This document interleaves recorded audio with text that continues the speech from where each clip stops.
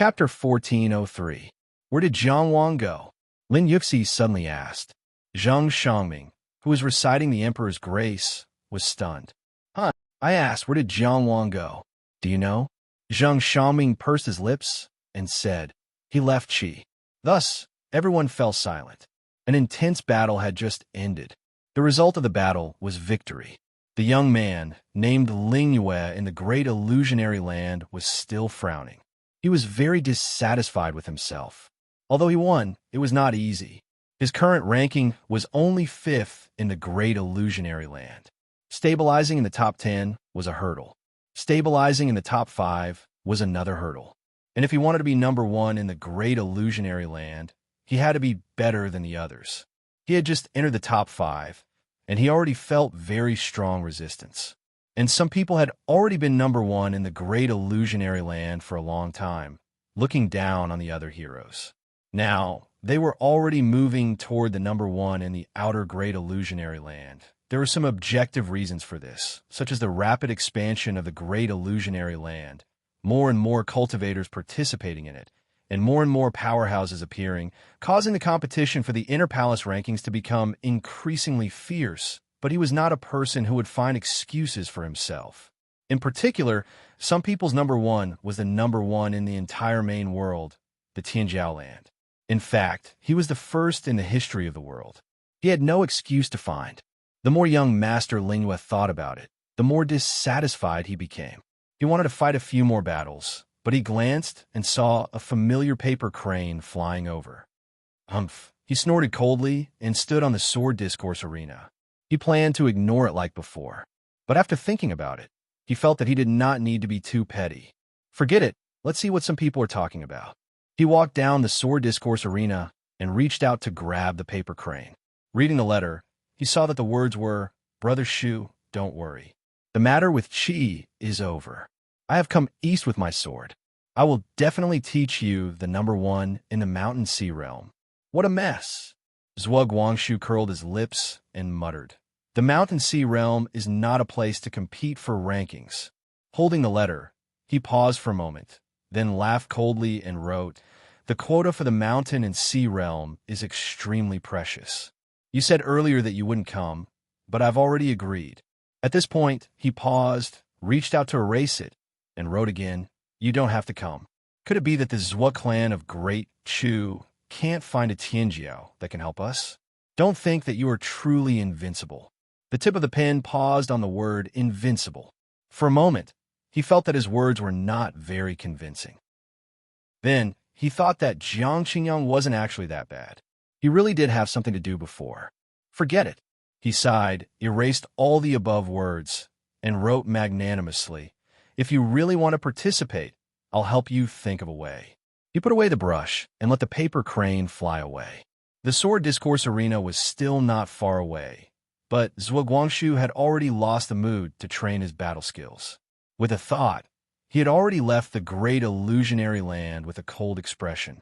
The servants of Great Chu's Huai public house only saw their handsome young master in a blue robe running around the house. Grandfather! Grandfather! Grandfather! The old master thought that something had happened. He stepped out of the study and asked with concern, what's wrong? Change people, Zhuo Guangshu said, as if he was cutting gold and breaking jade. Jiang Wang left Linzi alone and didn't look back. He only stopped in Qingyang town for half a day to check on the situation of the fief. He gave Duga Xiao some pointers on her cultivation and told her to be more careful during this period of time. Then, he continued to head west. The emperor had already made a promise. How he would deal with it was up to the emperor. He had already done what he could. Now, he had to quickly leave and avoid the limelight so that he wouldn't be an eyesore to some people. After all, the current empress had been a master of the harem for so many years. If she was really angry and wanted to kill someone, how many people in the court could resist? He only heard when he was leaving that the crown prince had become a god and officially crossed the lifespan limit. From then on, he had a golden body and jade marrow, and was the most respected person. According to the etiquette, the officials would congratulate him with national gifts. The crown prince could have become a god long ago, but he slowed down again and again, which showed that he was stable. But he just had to become a god at this time. What did this mean? It meant that when Jiang Wang went to the Deer Palace to meet the emperor, the crown prince was also nervous. In other words, the crown prince deliberately showed this kind of nervousness. This was tantamount to saying that he now knew the truth of what happened back then. On the surface, the crown prince chose to become a god at this time to urgently increase his bargaining chip to resist the political storm that might happen next. But in fact, he didn't choose to distance himself from it, and didn't show that he knew nothing about what happened back then. Then, this bargaining chip was actually added to the empress, a crown prince who hadn't done anything wrong for many years, and now even made up for his shortcomings in cultivation. What could he be criticized for? This was a responsibility for his mother. A crown prince of the Eastern Palace who broke the lifespan limit was already qualified to support the empress, but perhaps this was precisely what the emperor wanted to beat. How the emperor would beat the crown prince, Jiang Wang naturally didn't know. But it was clear that he had offended the crown prince this time, and he had already offended him badly. Rather than waiting for trouble to come to him in Linzi, it was better to take advantage of the emperor's handling of old matters and the court to slip away. At the same time, he could fulfill his earlier agreement with Zhuo Guangxu and see the heroes of Chu. He could also go to the mountain and sea realm and experience the graceful bearing of Huang Weizhen, who had left her name in history. There were many old friends in Linzi. If he didn't say goodbye, he would avoid hurting them. Perhaps many of his friends would feel that he had been forced to leave Linzi. He might feel wronged and pained. But on the contrary, he left very openly. His mind was clear. His conscience was clear, and he had no regrets. He made a choice that he would never regret in this life. The official road might be able to increase his cultivation speed in a short time, but on the long road, he needed to understand himself more. 7 days later, Broken Soul Gorge, Rocky Valley. The wind whimpered. Jiang Wang sat alone on a stone platform hanging from the cliff. He looked up at the sky and let his green robe flutter. From a certain point of view, one's personal view was also a narrow space that limited one's vision. In this world, who didn't see the sky as a thin line? The wind that passed through the canyon brought a figure wrapped in a black robe. The person flew up to the stone platform in a few steps and stood beside Jiang Wang, but he kept a certain distance. He complained, "Why did you choose this damned place to meet?" Jiang Wang smiled. "I said that we would contact through the great illusionary land, but you didn't dare. Now in the Qi world, there are too many eyes. I'm more familiar with this place. It is very safe. It's not like you are beside Tian Anping. Of course, there is nothing you don't dare to do. The great illusionary land to Tian Anping. In short, I am worried about its confidentiality. I need to be responsible for myself." Even though Tian Chong was wrapped in a black robe and wore a hood, he subconsciously stood in the corner of the stone platform to hide himself. "What is it that you urgently want to see me for? Hurry up and say it." Jiang Wang looked back at him with a smile on his face. "With your wisdom, can't you think of it?" Tian Chong lowered his voice and said unhappily, "If I had wisdom, I wouldn't be controlled by you like this. Your attitude is wrong." Jiang Wang stopped smiling and said lightly, "Why are you doing so well now? Do you have any new support? I beg you, I can't disappear for too long." Tian Chong changed his tone and said, "If you have any questions, we can solve them as soon as possible. As long as I know, I will tell you everything." Jiang Wang knew that this person was a poisonous snake that couldn't be underestimated. He didn't want to push him too far, so he went with the flow and asked directly, "Was Tian Anping the one who killed Uriel?" Tian Chong was prepared for this question. "Don't you already have the answer? Isn't he unable to leave Jianqing City? But Uriel can go to Jianchang City." As for why Uriel could go to Jianchang City, the 10,000 spirit freezing snow was the answer. Uriel had been investigating Imperial concubine Lei's case for so many years. Once he got a clue about the 10,000 spirit freezing snow, he would probably go and take a look himself, no matter how dangerous it was. "I understand." Jiang Wang nodded and asked again, "Then why did you leave Uriel's body?" "I don't know either." Tian Chong shook his head. "But I think there are about 2 possibilities. Which two? First, someone will investigate Uriel's disappearance, but no one will investigate his death. Uriel was a former blue metal legend. Once he disappeared, it was reasonable that an investigation would be conducted. Now that he was dead, his corpse was clearly left there, and no one would be able to investigate it, because those who were qualified to investigate would probably be able to guess who the murderer was working for. Those who were willing to investigate and had the courage to do so would not wait until now. Very reasonable. Jiang Wang said, "What's the second possibility?" Tian Chong said in an indescribable tone, "Maybe it's to give you clues." Jiang Wang was so agitated by this sentence that his hair stood on end. He could not help but ask, "Why give us clues? I'm just guessing this possibility, but I can't think of a reason." Tian Chong sighed. "Do you think Tian Omping would still be so crazy if his actions could be deduced logically?" Jiang Wang was silent for a moment and said, "Sure enough, you know Tian Omping better." Tian Chong sighed. "It's just to live a little longer." "I'm done with my questions," Jiang Wang said. "Then I'll leave first." Tian Chong took a few steps forward and suddenly stopped. He stopped and said, "Actually, I also have a question to ask you." Jiang Wang looked at him. "Let's hear it." The 11th prince also went to Days County in person earlier, but then he stopped. You should have already let go of this matter. Later on, the 9th prince also specially participated in the 7 Stars Valley Secret Land, but he was looking for clues everywhere in the city. Tian Chong said, "I heard that you and the 11th prince were close friends. Why did you go against his last wish?" It was only today that Jiang Wang found out that there was such a reason behind Jiang Wuxia's trip to 7 Stars Valley.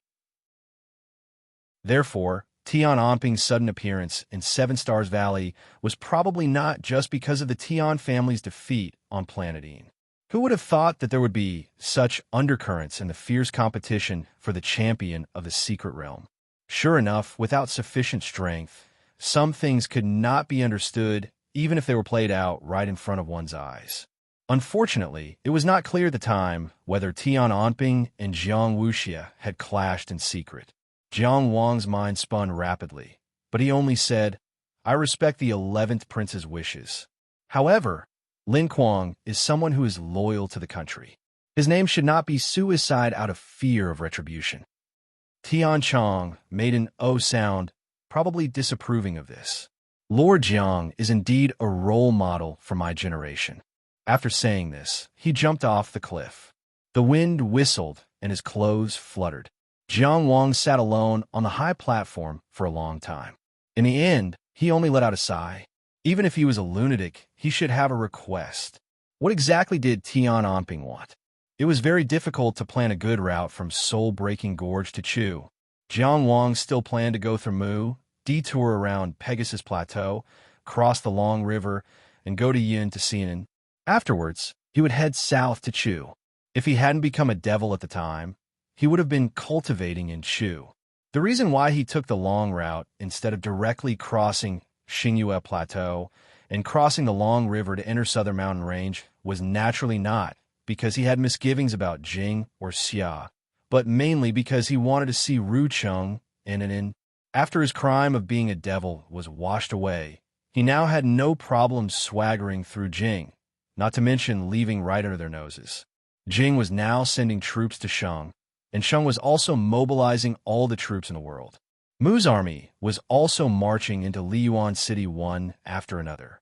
The war between the two hegemonic states was unavoidable, but no one knew when the first charge would be sounded. Zhao Rucheng was in Liyuan City, so Jiang Wang naturally couldn't help but worry.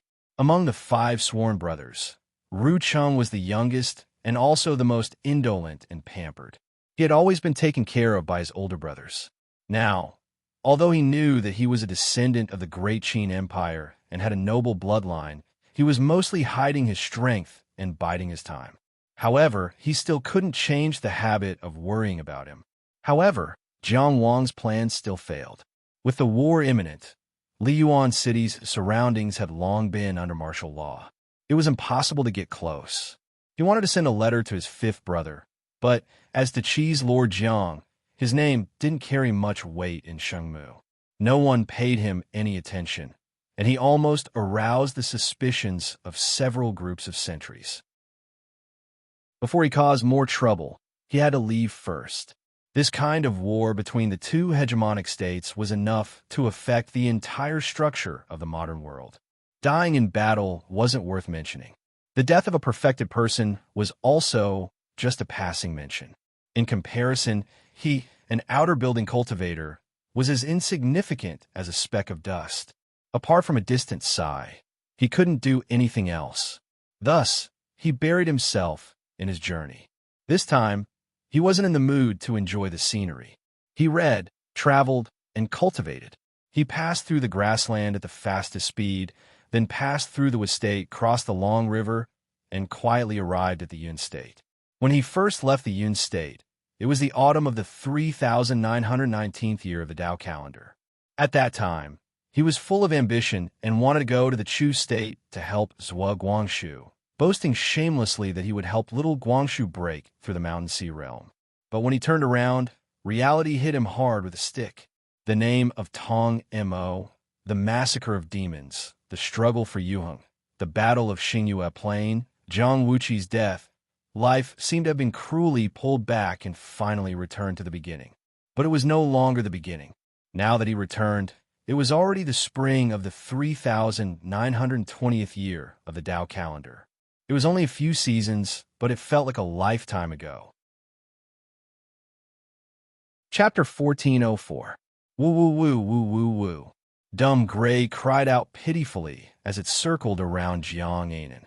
Jiang Anan sat cross-legged on the cloud and looked up at the sky with a serious face, as if she was thinking about a difficult problem in life. She turned a deaf ear to the whimpering. Dumb Hui tried to act pitiful, but to no avail, so he wagged his tail and went to find Jiang Wang. As soon as the little gray dog turned around, Jiang Anan's little mouth quickly moved and chewed on the moon sand, the holy fruit of the Fox clan, which could only be found in the Gate of Demons. Dumb Gray ran 2 steps and suddenly turned around. Jiang Anan also stopped chewing at almost the same time. It sniffed suspiciously, but unfortunately, it didn't find anything. How could the holy fruit, which was so delicious that it made dogs cramp, disappear after eating one? It wagged its tail like a windmill and went to find the master it hadn't seen in a long time. It knew who had brought the fruit here. Jiang Wang and Yi Qingyu were sitting in a pavilion surrounded by clouds and smoke, discussing the feasibility of deducing the 8 notes flame sparrow talisman, which was to replace the talisman with Cloud Seal and use the talisman to evolve the 8 notes flame sparrow talisman technique. If this step was successful, the next step would be the 8 notes burning sea talisman. The Cloud Seal technique had a wide range of applications, and in the hands of cultivators who could make full use of it, it was definitely a top technique. The more Taoist techniques one mastered, the more powerful the technique would be. So you got the inspiration from the 8 notes tea? Yi Qingyu blinked her clear eyes and asked, Yes, there are many good teas in Qi, and 8 notes tea is one of the top teas. Look, I used the flame sparrow to evolve the sound of the mistress pipa, and it sounded like this.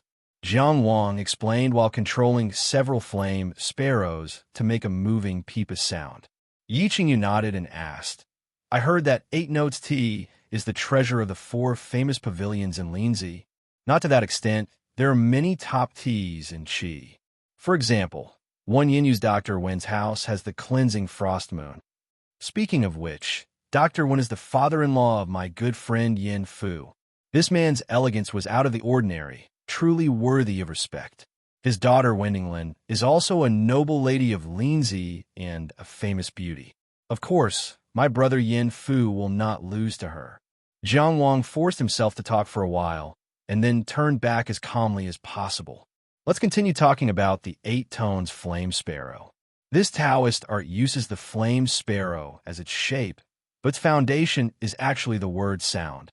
Although the cloud seal is ever-changing, you don't have to stick to the fire element. The 8-tone skylark is also very good. Yi Qingyu replied with an O and asked, Guess who don't go there often can't drink it, right? Ahaha, I don't think so. I rarely go there. And it was Chung Gung Sheng who took me there. mainly to taste the tea. Jiang Wang said awkwardly, the Dao technique we're practicing now can be used for both offense and defense, and can be used in most situations. It's very suitable for the inner mansion stage. And I can also tell you in detail about the advanced Dao techniques in the future. Yi Qingyu blinked her eyes, and her long eyelashes seemed to tremble slightly.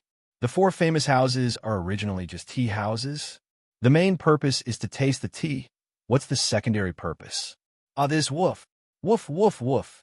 Dumb Gray's barks were simply heavenly. Jiang Wang turned around with a gentle face and picked up the little gray dog that was running wildly. What's wrong, Dumb Gray? Dumb Gray drooped its furry head and buried itself in his arms, whimpering pitifully. Jiang Wang gently patted the dog's head and smiled at Yi Qingyu. This dog is strange and clingy. Yi Qingyu smiled and didn't say anything. He stood up with the dog in his arms. I'm going to see what's going on over there. Dumb Gray is like this. Maybe he was beaten up. We'll talk about Dao techniques next time. Okay. Yi Qingyu smiled gently. Jiang Wang walked 2 steps at a time. His heart was like a defeated army, but his posture was still straight. He left the pavilion with the dog in his arms and walked towards his sister. Dumb Gray also suddenly became spirited. It turned over in Jiang Wang's arms and put its 2 front paws on Jiang Wang's arms. Its ears were erect, and its dog eyes were wide open. It looked majestically in front of it. Who dares to not share food? Ahem, Anan. Jiang Wang took out the posture of an elder brother. What did you do to Dumb Gray? Woof, woof, woof, woof, woof. Dumb Gray used its master's power to argue loudly. Jiang Anan's little mouth, that was moving nonstop, suddenly stopped. She turned her head and gave Jiang Wang a look. Jiang Wang hugged Dumb Gray and turned around, not letting Dumb Gray see what Jiang Anan was eating. Dumb Gray was anxious and angrily barked in his arms. What are you barking for? Jiang Wang slapped it on the head. You're so old, yet you still don't know anything. Don't disturb my sister's thinking. Dumb Gray was stunned for a while and finally realized that humans were unreliable. It fell down again and started to whimper. Jiang Anan quickly ate all the moon sand in her hand. She then said, Brother, are you done teaching Taoist techniques? Jiang Wang subconsciously glanced at the pavilion. Yi Qingyu had already left. He turned around and smiled. Ah, yes. Dumb Gray was still buried in his arms and whimpering. It was very pitiful. Jiang Wang thought for a while and finally couldn't help but ask, Do you have any more moon sand? No more. Jiang Anan said loudly and proudly, What about the iron berries? Give one to it. Jiang Wang said, Look at how it's crying. It only knows how to pretend to cry. Jiang Anan snorted and reluctantly took out the squirrel box. Dumb Gray immediately pulled out its furry head and barked at Jiang Anan. Look, it's still quarreling with me. Jiang Anan quickly complained. Jiang Wang was a bit helpless. Aren't you good friends? Friends are friends. Eating is eating. Jiang Anan pouted. It ate all my fish last time and didn't leave any for me. But she still took out an iron berry and waved it at Dumb Gray. Dumb Gray's eyes immediately widened. It even forgot to be angry and began to struggle in Jiang Wang's arms. Jiang Anan took the iron berry and rolled on the ground far away. She muttered, Signs of the heavens, ancient beasts, urgent orders go. She, who was already a transcendent cultivator, was thrown far away. Dumb Gray immediately broke free from Jiang Wang's arms and jumped to the ground. It shot out like an arrow and chased after the iron berry. Jiang Wang didn't know whether to laugh or cry. What kind of curse is this? The divine impeachment curse. Jiang Anan looked at her brother with her dark eyes and giggled. She opened her arms and said, I want to hug you too. Jiang Wang helplessly carried her and was about to tell her that sharing was a virtue. They no longer had parents. As an elder brother, he couldn't help but have the self-awareness to teach his younger sister. But Jiang Anan's small hand suddenly pressed on his mouth and stuffed a fruit into it. Jiang Wang bit into it, and his mouth was instantly filled with a delicious taste. He couldn't help but ask, Didn't you say there's no more? Jiang Anan giggled in his arms. I don't have any to share with others. She took out 2 more fruits as if she was performing a magic trick. One for her brother and the other for herself. The brother and sister were all smiles as they ate. In addition, there was also a stupid dog barking happily in the distance. It felt that it had taken advantage of them. The extremely high terrain, loose system, neutral national policy, and Yi Lingxiao were the reasons why Yi Nation could be so peaceful for so long. Ah Cho, who fought very hard and was indeed thick-skinned, could be considered as one of the reasons. Since becoming a transcendent, Jiang Wang had been to many places. There had never been a place like Yi Nation that gave him such a peaceful feeling. Even in Qi, whose status was gradually rising, he couldn't relax the string in his heart. He was always nervous. It was probably because Anan lived here and was well protected by Yi Lingxiao.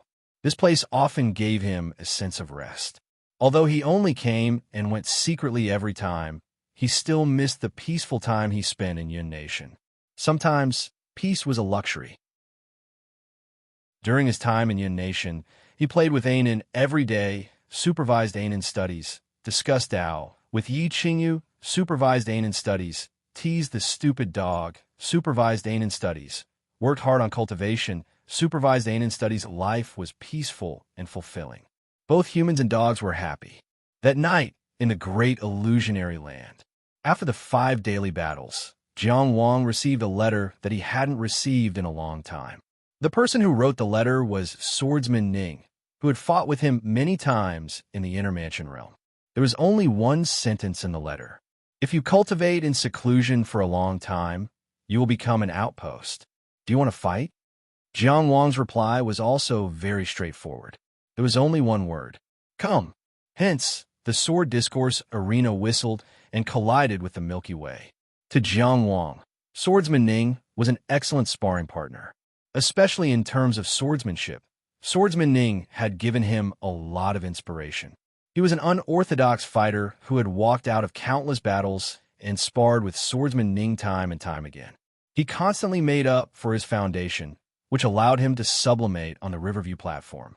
Although he had left Swordsman Ning far behind when he was in the Inner Mansion realm, his gains from each battle were getting fewer and fewer. However, such an outstanding swordsman Tianjiao's performance in the Outer Mansion realm was still very much worth looking forward to. Hence, even though he had already shouted that he wanted to be invincible under the immortal descent on the Xingyue Plain battlefield, he was still willing to spare time for Swordsman Ning. In a vast Milky Way, the ancient sword discourse arena spread out. Humans were like fish in the river, standing in a corner. However, the sword discourse arena itself was a world of its own. The eyes of the two people in the sword discourse arena met, their sharpness meeting each other's sharpness. Jiang Wang's sword was already out of its sheath. This sword was full of emotion, like a hero singing to wine, stirring up the Milky Way. It was indescribably elegant and heroic. The sword discourse arena seemed to be floating in the Milky Way, but the Milky Way was more of a background. Those stars seemed very close, but also very far away. They seemed to be right in front of you, but in reality, they were untouchable. When Jiang Wang's sword was out of its sheath, the Milky Way suddenly lit up. The shadow of a 7-story green stone pagoda was silently projected, suspended in the middle of the Milky Way. It vaguely had a suppressive aura. Majestic starlight flowed on the sword. At this moment, the sword in Jiang Wang's hand had a radiance that could not be looked directly at. What was faith? It was human speech. Once the words were spoken, one had to give it his all. Once the sword was out of its sheath, it had to cut off the enemy's head before returning. This sword had a predestined killing intent. The moment it was out of its sheath, it had already firmly locked onto Swordsman Ning's aura. It could not be avoided, it could not be escaped, it could only be faced. What one promised was what one did, and what one sought was the Tao. This was Jiang Wang's Tao Path sword. Although it was not perfect, it was a complete interpretation of the first sacred tower. It had been practiced and tempered for a long time. It was the first time it was used in a real battle. Only Swordsman Ning's peerless swordsmanship Tianjiao was worthy of this unsheathed sword. Only such a person was qualified to test the sharpness of this sword. After not fighting for so long, Jiang Wang wanted to give his opponent a big surprise. In a great illusionary realm, the ordinary-looking swordsman Ning's eyes suddenly shone with a divine light. She pulled out her autumn water-like long sword with a backhand. The sword radiance surged like a river. A sword-shaped building formed in the Milky Way. When the long sword was out of its sheath, starlight flew, and the sword radiance flowed. The two happened at the same time, reflecting each other's brilliance.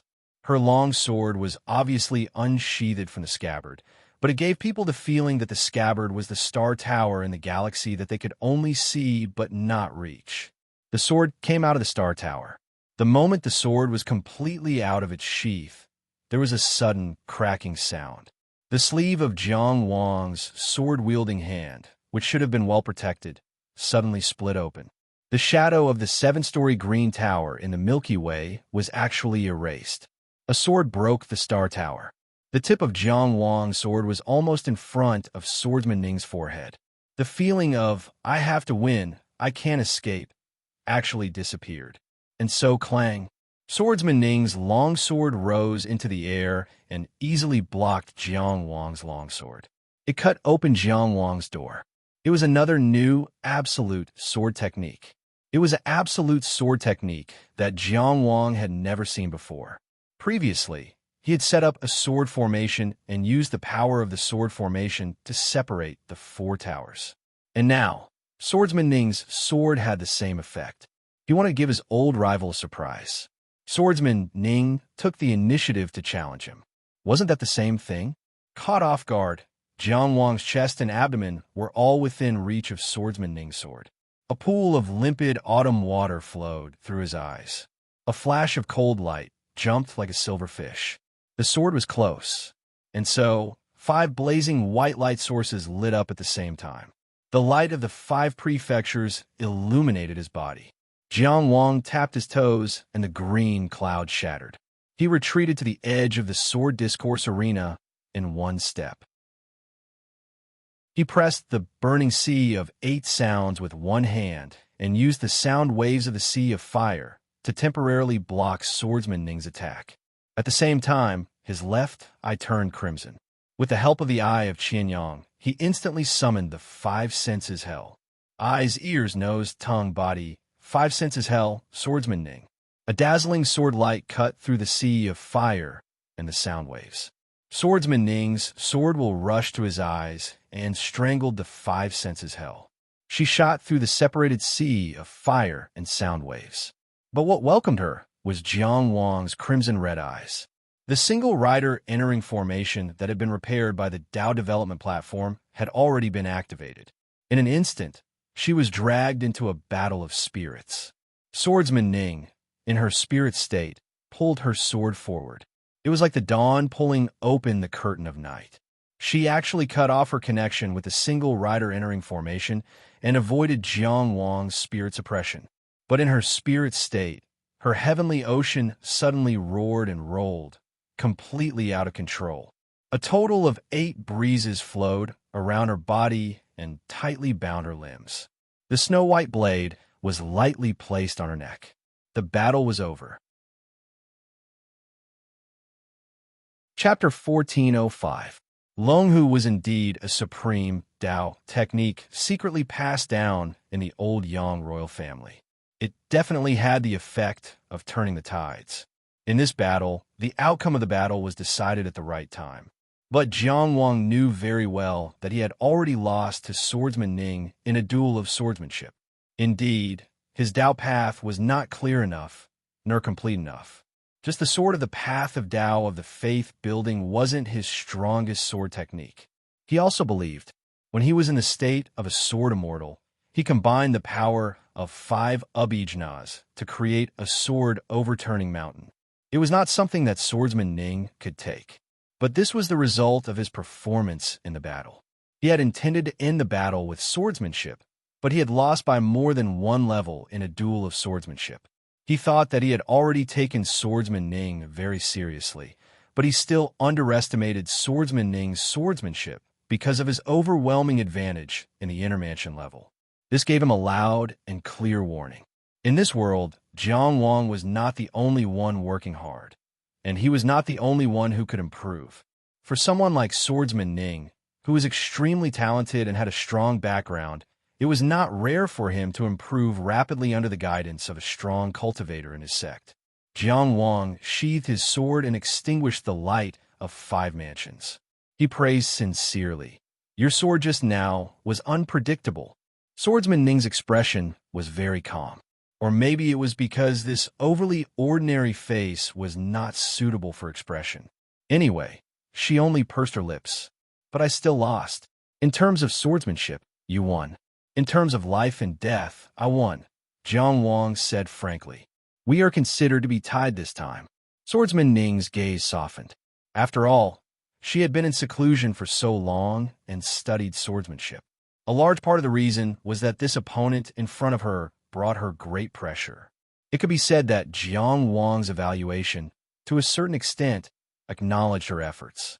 She said modestly, actually, she wanted to say modestly that she had the advantage of having a master. His sword of Tao was already very clear, and it was very powerful. But just as he said the word actually, he heard the guy say, but it might not be the case next time. Jiang Wang looked at Swordsman Ning confidently. Next time, if your swordsmanship doesn't improve much, I can defeat you with just my swordsmanship. Oh, is that so? Swordsman Ning gritted his teeth and said, then let's wait and see. Since it's a draw this time, Jiang Wang began to seriously calculate. The Grade 4 Sword Discourse Arena consumes 200 points of merit each time. I'll admit defeat later, and you could transfer 100 points of merit to me when you go back. In the great illusionary land, my name is Invincible Dugu. Don't forget. No need. You don't have to be so courteous with me. It's just 100 merit points. I really admire your swordsmanship. Bang. Why did he leave? Swordsman Ning had already admitted defeat and left the sword discourse arena. Jiang Wang stood where he was, feeling baffled. He felt that he was already very generous. Because according to the rules of the great illusionary realm, he was the one who won, so he didn't have to do anything. Now that he was willing to share half of the cost of using the sword discourse arena, what else did he want? Swordsman Ning's swordsmanship was very good, and his tenacity in battle was also very good, but his temper was really hard to evaluate. Maybe this was the quirk of a genius. Back in the space of the blessed land, Jiang Wang silently counted his merit points, calculating how much more he needed to improve his Taoist techniques. He also replied to Zhuo Guangshu's letters and agreed on a time to go to Chu State. To his surprise, he received another letter from Swordsman Ning. What's your ranking in the outer building realm now? Jiang Wang told him the truth. I haven't fought much. I haven't entered the top 100 yet. You haven't lost before? I haven't. You can allocate more time in the sword discourse arena. I'm looking forward to your performance when you go all out. I'm looking forward to seeing you fight with the current number one of the outer building realm. Jiang Wang was interested. Is that person very strong? Very scary. You think that person is stronger than me at my peak? Jiang Wang asked. Swordsman Ning replied, I can't say who will win, but I've fought with him before. Based on my own experience, the pressure he brings is indeed stronger than yours. Jiang Wang was even more intrigued. He had defeated Chun Xuan of the Jing Kingdom on the battlefield of Xingyue Plain. Although he had borrowed the power of Yuhing Star, it was also a fact that he had defeated the Tianjiao of the Jing Kingdom on the battlefield. Since then, several months had passed. With his speed of improvement, he was naturally getting stronger day by day. Swordsman Ning knew this. He had not shown his peak strength in the fight with Swordsman Ning just now. Swordsman Ning knew this as well. However, he still felt that the current number one of the outer building realm was stronger than Jiang Wang. Moreover, this person was definitely not Yung Gunzuan or Do Zhao, nor was he one of the famous Tianjiao of the outer building realm on the Riverview platform. Otherwise, Swordsman Ning would not be so secretive. Who is this person? Jiang Wang asked curiously. Before long, Swordsman Ning's letter flew back. His name is Yi Shengfeng. He's called Yi Shengfeng in and outside the Great Void Illusory Land. He's a disciple of the Southern Hall. A few days ago, the Southern Hall came to the Sword Pavilion to ask for a sword. I fought with him. I'm indeed no match for him. The Southern Hall and the Sword Pavilion were two of the top sects in the southern region. Of course, the southern region was so big that there were more than just these two sections. There were also the Sanqing Palace in the southeast, Mount Meru in the southwest, the Dragon Gate Academy, the Magoo Academy, the Blood River Sect, and so on. In the entire modern realm, the southern region had the most top sections. There were many historical reasons for this. However, to Jiang Wang, the Southern Hall and the Sword Pavilion were not important. What was important was the name written in the letter. He remembered that name. It was from a long, long time ago. It was so long ago that he almost thought he had forgotten it. In his childhood, he had a childhood friend who often fought with him with a wooden sword. It was not an exaggeration to say that they grew up together. When the immortal opportunity descended, he was pushed into the water by that person and almost drowned. That person's name, his name was Yi Xingfeng. He did not expect to hear this name again at this time and under such circumstances. Of course, he expected that when he became famous, that person would also hear his name in some corner of the modern realm. He knew that with that person's personality, he would never admit defeat or shrink back. He knew that as long as they walked on the long path of cultivation, they would meet one day. However, he did not expect that day to come so soon. The construction and expansion of the Great Void Illusory Land greatly increased the communication between cultivators in the modern realm and accelerated the collision of different sects in Tianjiao. It also allowed the distance between the modern realm to be easily crossed. That person seemed to have grown into a very powerful existence. Jiang Wang closed his eyes. He felt as if he was submerged in water. That suffocating feeling had never faded. So he had never forgotten. How could he forget? Once again, the light shadow of the white-haired cultivator leaving with his sword appeared before his eyes. In the rippling water, it was so cold and resolute. It had been a long time. This was an old dream.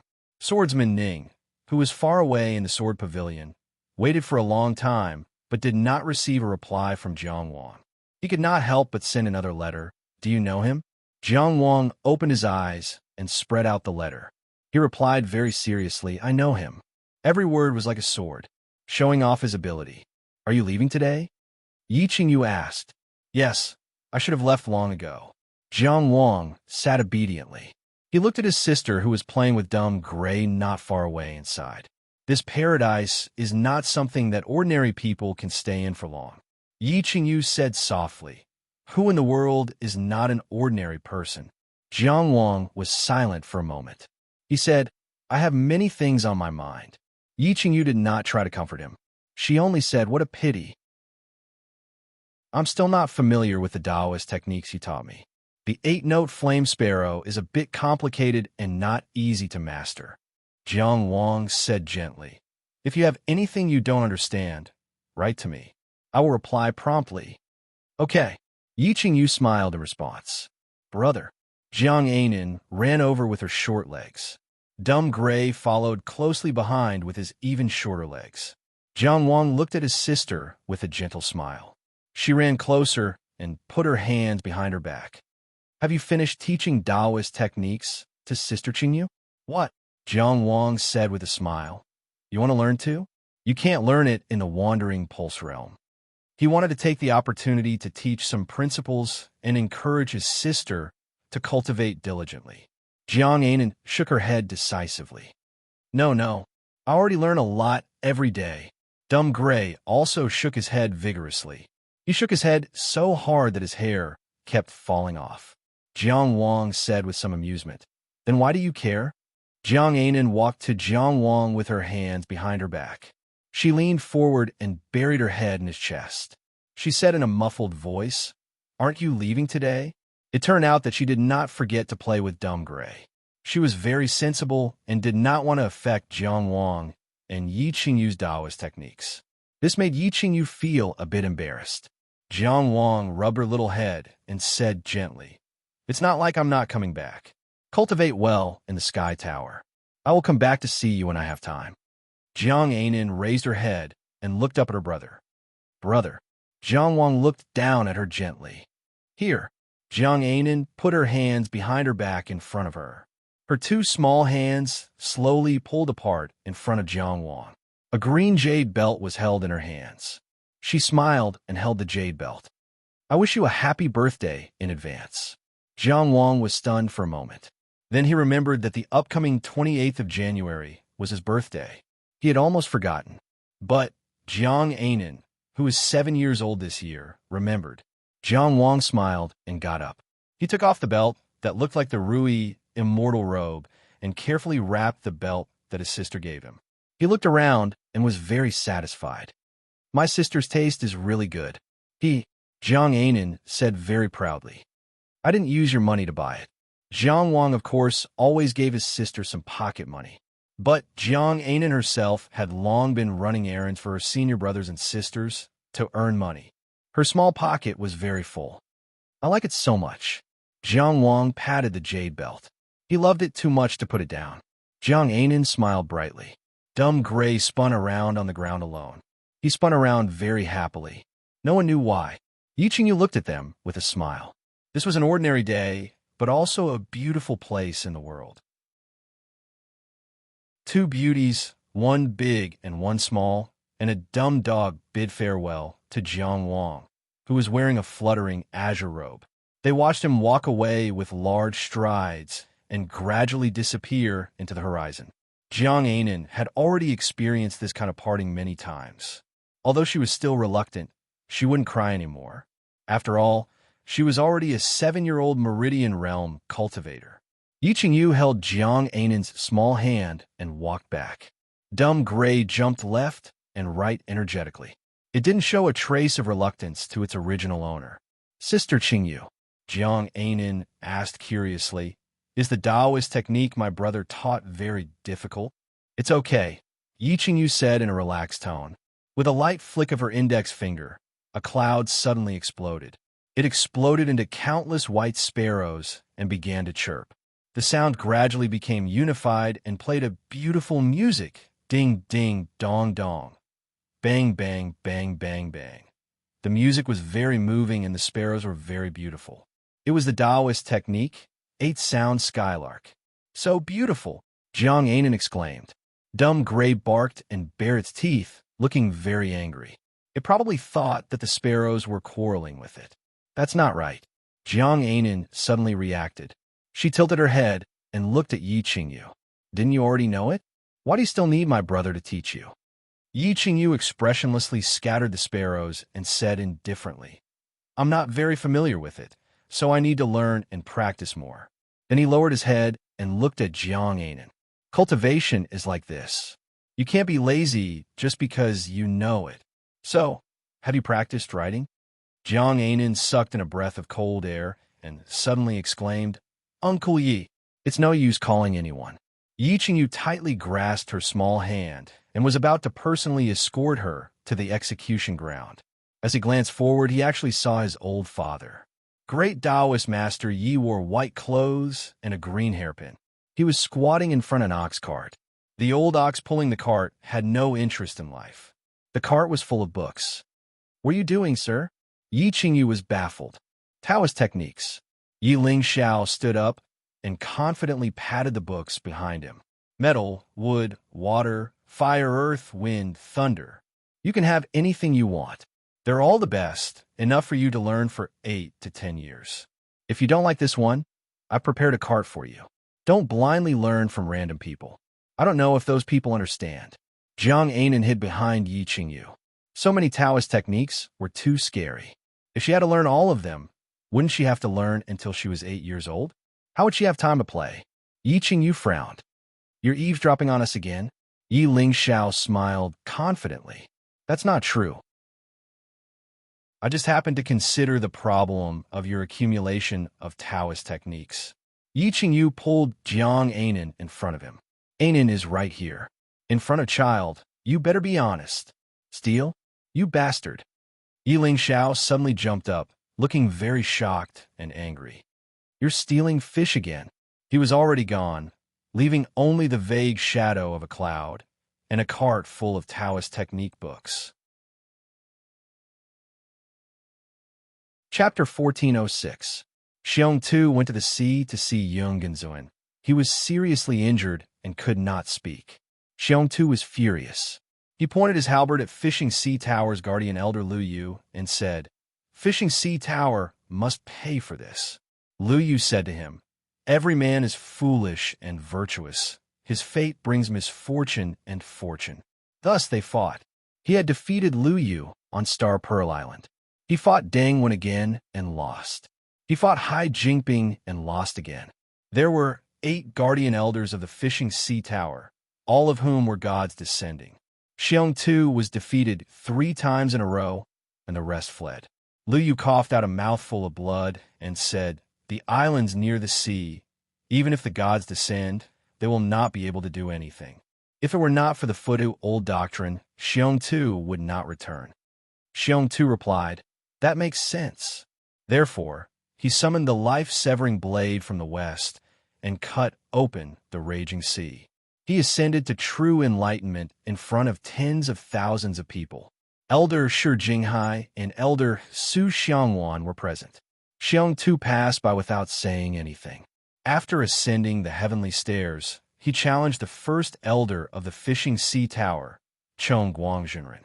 The 2 sides fought for 9 days. The battle lasted for 3 days and nights before the wind and thunder finally stopped. Xiongtu's left arm was already broken. He laughed loudly and left. Everyone thought that Xiongtu had been defeated. Du Chongguang sighed, "I've lost 13 years of my life."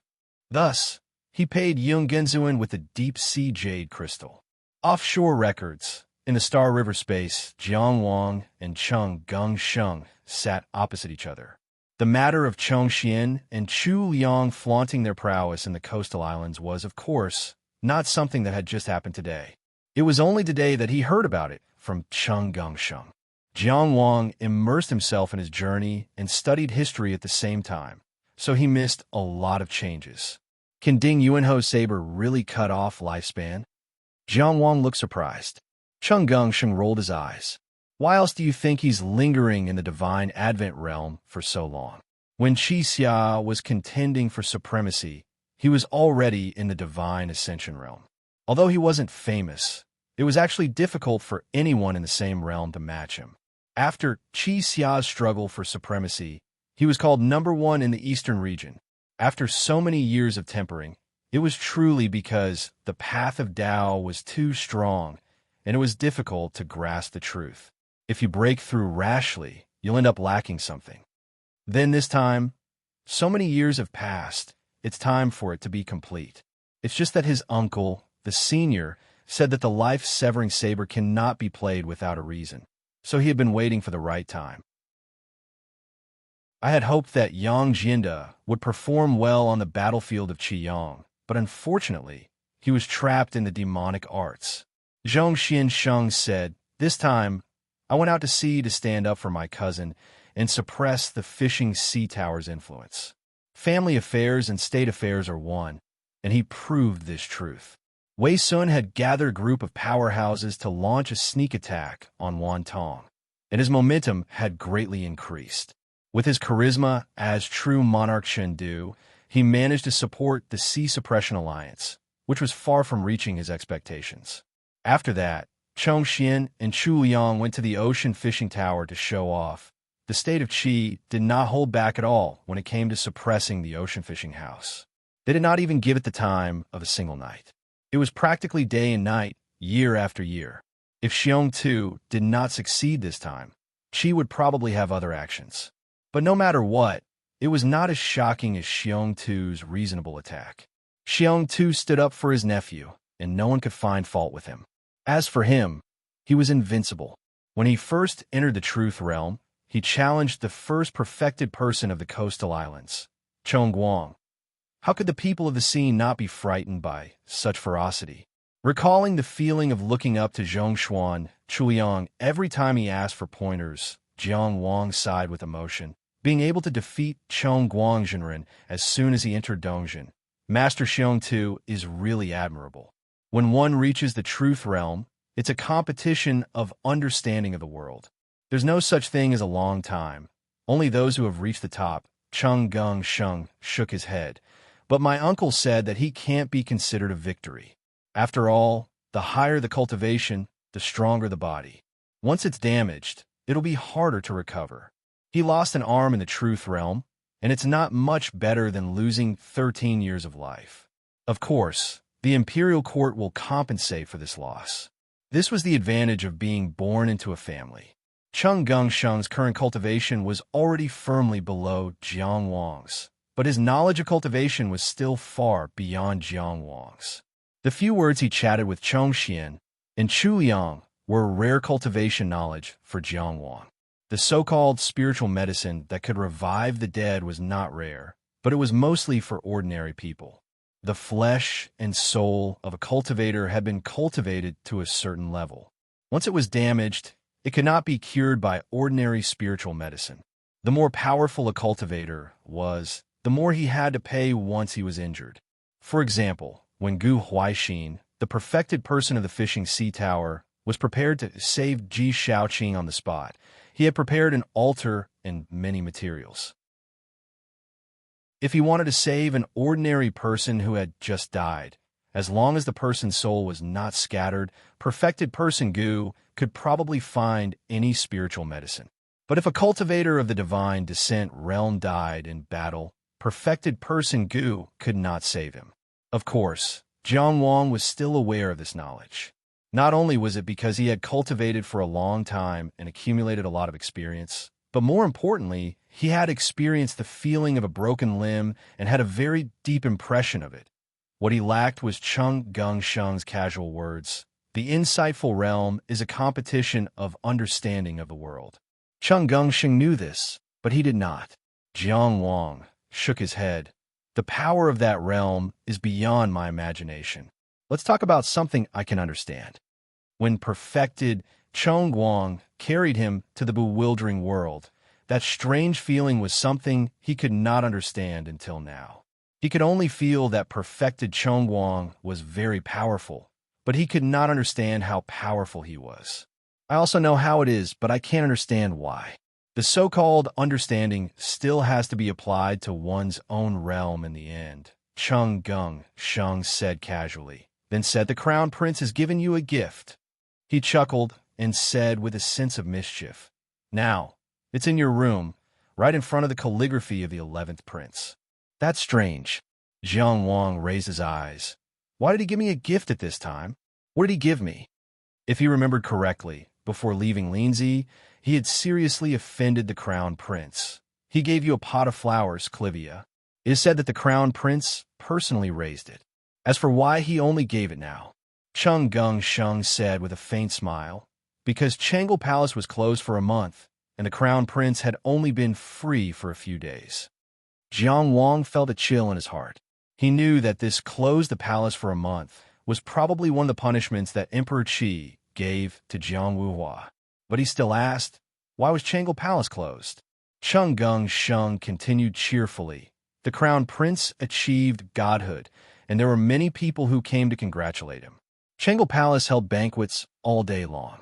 The emperor said the Crown Prince was conceited and frivolous, so he should close the palace for a month to reflect on himself. So that's how it is. Closing the palace door and not allowing any contact between the inside and outside was almost equivalent to being banished to the cold palace. Although the duration of this cold palace was only 1 month, it was already a very bad sign for the Crown Prince. So, he gave me a gift as soon as he came out. What is he trying to say?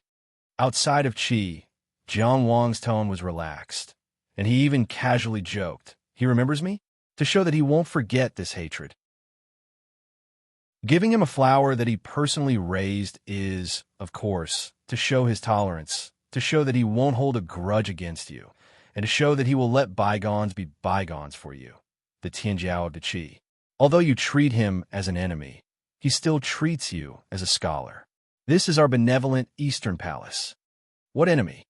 I'm not targeting him, Jiang Wang retorted, and then muttered, "How trustworthy do you think it is? Clivia is particular. A gentleman is harmonious, but different. A gentleman seeks common ground while reserving differences." Cheng Gengsheng said. He also doesn't want to be known as the one who forced you to stay away from Linzi. And, after thinking about it, He really doesn't have to hate you. What do you mean? The 3 cases that you proposed were all approved by the emperor, and he did it cleanly. It's obvious that he's trying to intimidate the crown prince. It shows that regardless of whether you were there or not, the case from 17 years ago has always been a thorn in the emperor's heart. This time it's been pulled out. For the crown prince, it's still unknown whether it's a blessing or a curse. The crown prince achieved God's arrival at this time. At first glance, it's because he has a guilty conscience and gave the emperor a chance to beat him. From another perspective, if the emperor wants to beat him, he will obediently stretch out his hand and let the emperor beat him. Isn't this also a kind of wisdom? If he hides his hand and waits for the emperor to find a place to beat him, it may not only be the palm. Chung Gung Sheng paused and continued. And the more the crown prince doesn't hate you, the more it shows that he has no complaints about the emperor's punishment. So, not only did he not target you, but he also continued to show goodwill to you. Showing goodwill to you is showing loyalty to the emperor. Why can't he do this business? Jiang Wang sighed. You people are really complicated. But does the crown prince really not hate you, or is he pretending not to hate you? The human heart is as deep as the abyss. I don't have the ability to see through it. Chung Gung Sheng spread out his hands. Thinking of the time when he and Jiang Wuhua were eating porridge at the same table, Jiang Wang said slowly, "The crown prince may be kind." The second half of the sentence was stuck in his heart, and he didn't say it out loud. But the current empress might not be. He could never forget the act of throwing a father's body in front of his 3-year-old daughter. It could be said that she was ruthless. The current empress had been the mother of the country for many years. She was dignified and noble, and had never done anything improper. She was even known for being kind and often advised the emperor not to get angry. But she almost killed imperial concubine Lei and her baby by taking advantage of the situation. After forcing Lin Kuang to his death, she deliberately threw his body in front of his daughter. How could such a person not hold a grudge? It was fine when the emperor was on the throne. As a foreign minister, he wouldn't be affected by the empress. If the emperor abdicated one day, the empress might not be able to tolerate it. Of course, there was no need to tell this to Chung Gung Sheng. This fatty had enough things to worry about every day. Yungenzuan was so powerful overseas this time that he couldn't help but be suppressed. It's fine as long as there's no trouble now. If someone wants to bring up old scores in the future, I'm not who I am today, Jiang Wang said. Of course, I'm not who I am today. How can a real man live under someone else's rule for a long time? When the time comes, others will have to look at us. Zhongxian Sheng agreed in an imposing manner, and then said, "Anyway, that's what happened. The trouble that you provoked has come to an end for the time being. You can come back directly after you finish your business in Chu." You make it sound like I was forced to leave. Jiang Wang muttered, "I really had an agreement with Zhuo Guangshu." Chung Gungsheng sneered and left the galaxy space. Of course, the cost of opening the galaxy space was paid by Jiang Wang. Chu was vast and had always been the most prosperous place in the southern region. After Jiang Wang left the Yun Kingdom, he went all the way south and passed by the Song Kingdom. After 7 days, he arrived at the Chu Kingdom. Of course, if he was in the eastern region, it wouldn't take so long. As a 4th-grade blue metal arrestor, he could fly directly to the eastern region. In the southern region, he had to abide by the rules. The border city in the north of the Chu Kingdom was called Linshan. At first glance, this name was nothing special, but it was worth mentioning that the capital of the Song Kingdom was called Shangqiu. The Chu Kingdom didn't hide its border city's name. It was easy to imagine its attitude towards the neighboring countries. No wonder the people of the Song Kingdom often looked down on the Chu Kingdom. Of course, the people of the Chu Kingdom didn't care too much about being called a barbarian. As long as it wasn't ridicule, they would just laugh it off. The people of the Chu Kingdom despised the etiquette that the people of the Song Kingdom worshipped. The people of the Chu Kingdom loved to dress in Chinese and enjoy romantic freedom. Among the 6 major countries, the Chu Kingdom could be said to be the country with the most undisciplined temperament. The children of the Mu Kingdom also liked to be free. They worshipped eagles that soared freely, horses that galloped freely, and wolves that were fierce and united. But after all, they still had to respect the supreme god. There were many gods in the Chu kingdom, but most of the people of the Chu kingdom didn't really believe in gods. For many ordinary people of the Chu kingdom, they just liked the mysterious atmosphere of gods and ghosts. When they were happy, they would say, "My heart is sincere, I prostrate myself before the gods and ghosts." When they were unhappy, they would say, "Come and cut off the ox's head, I'll drink to my heart's content." Or cut open the horse's face and capture the king of hell. In short, they did as they pleased. As for why Jiang Wang knew all this, the set of historical sword chiseling the sea that almost filled up the storage box and tortured him so much that he couldn't speak of it should be remembered as a merit. Jiang Wang didn't dare to not read it or memorize it. During these days of traveling, when he had free time, he either cultivated or memorized it.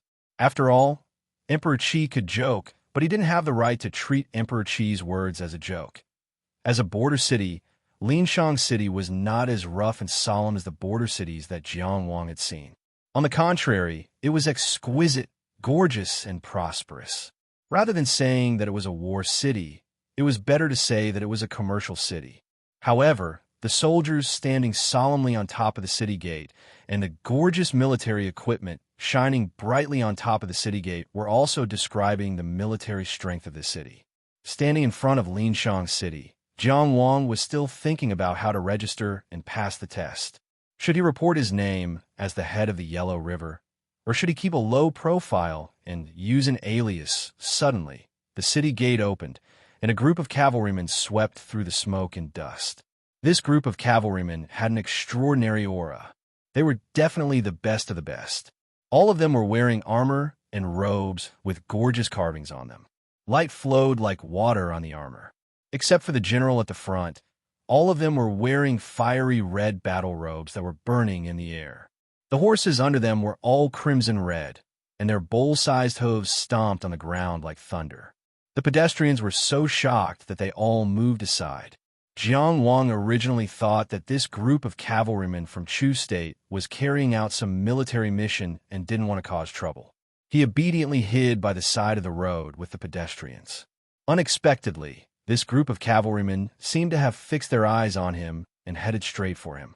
When they got closer, the general in the lead, who was wearing a blue battle robe, took off his helmet. He was a handsome young general. His eyebrows were like willows, and his eyes were like the moon. He was very clear and beautiful. With a pull of the reins, the sky-blue horse under him stopped in front of Jiang Wang. It stood up like a human and neighed like a dragon. The young general sat steadily on the horse's back, and he was in high spirits. PS1. With a sincere heart, I prostrate myself before the spirit. Gods and ghosts, please drink. How Jichin made up the situation. 2. Come and cut off the ox's head. I'll drink to my heart's content. How Jichin drunk chapter. 3. It's the last day of the month. Don't waste your monthly ticket. There will be tickets at 12 o'clock. Chapter 1407. The entire troop of cavalry followed the young general's action and stopped their war horses. The thunderous hoofbeats stopped in an instant. Their movements were uniform and domineering. Then the smoke and dust that rose high in the air slowly drifted down. It was like a dance that came to an abrupt stop. They were truly a rare elite troop. Of course, it also accentuated the young general's prestige. Jiang Wang's eyes lit up. Little Guangshu. Although it was his first time seeing this child in real life, and his appearance was different from the one in the great illusionary realm, Jiang Wang still recognized him at a glance. That kind of innate spiritual aura, he really couldn't think of anyone else. As soon as the words left his mouth, a voice transmission rang in his ears through gritted teeth. Don't add the word little. Jiang Wang smiled slightly. This is the first time we meet. Please take care of me, General Zhua. The young general sitting high on the horse nodded arrogantly and said, Brother Jiang, we meet again. Jiang Wang stared at him with great interest and said, Those that we met in the great illusionary realm don't count. Zhua Guangshu snorted softly and waved his hand. A horseman led a divine steed with aqua blue hair over. He raised his chin and said with the demeanor of a general, "Get on the horse and talk." The horseman leading the horse reminded softly, "This horse is also the young duke's mount and was brought here specially for you. It has a bad temper. Why don't you move gently?" The horse's hair was smooth, and its body was tall and long. Its mane was like a waterfall, and the aqua blue hair all over its body seemed to be covered with a layer of waves. Its eyes were vigilant and threatening. It seemed that its temper wasn't very good.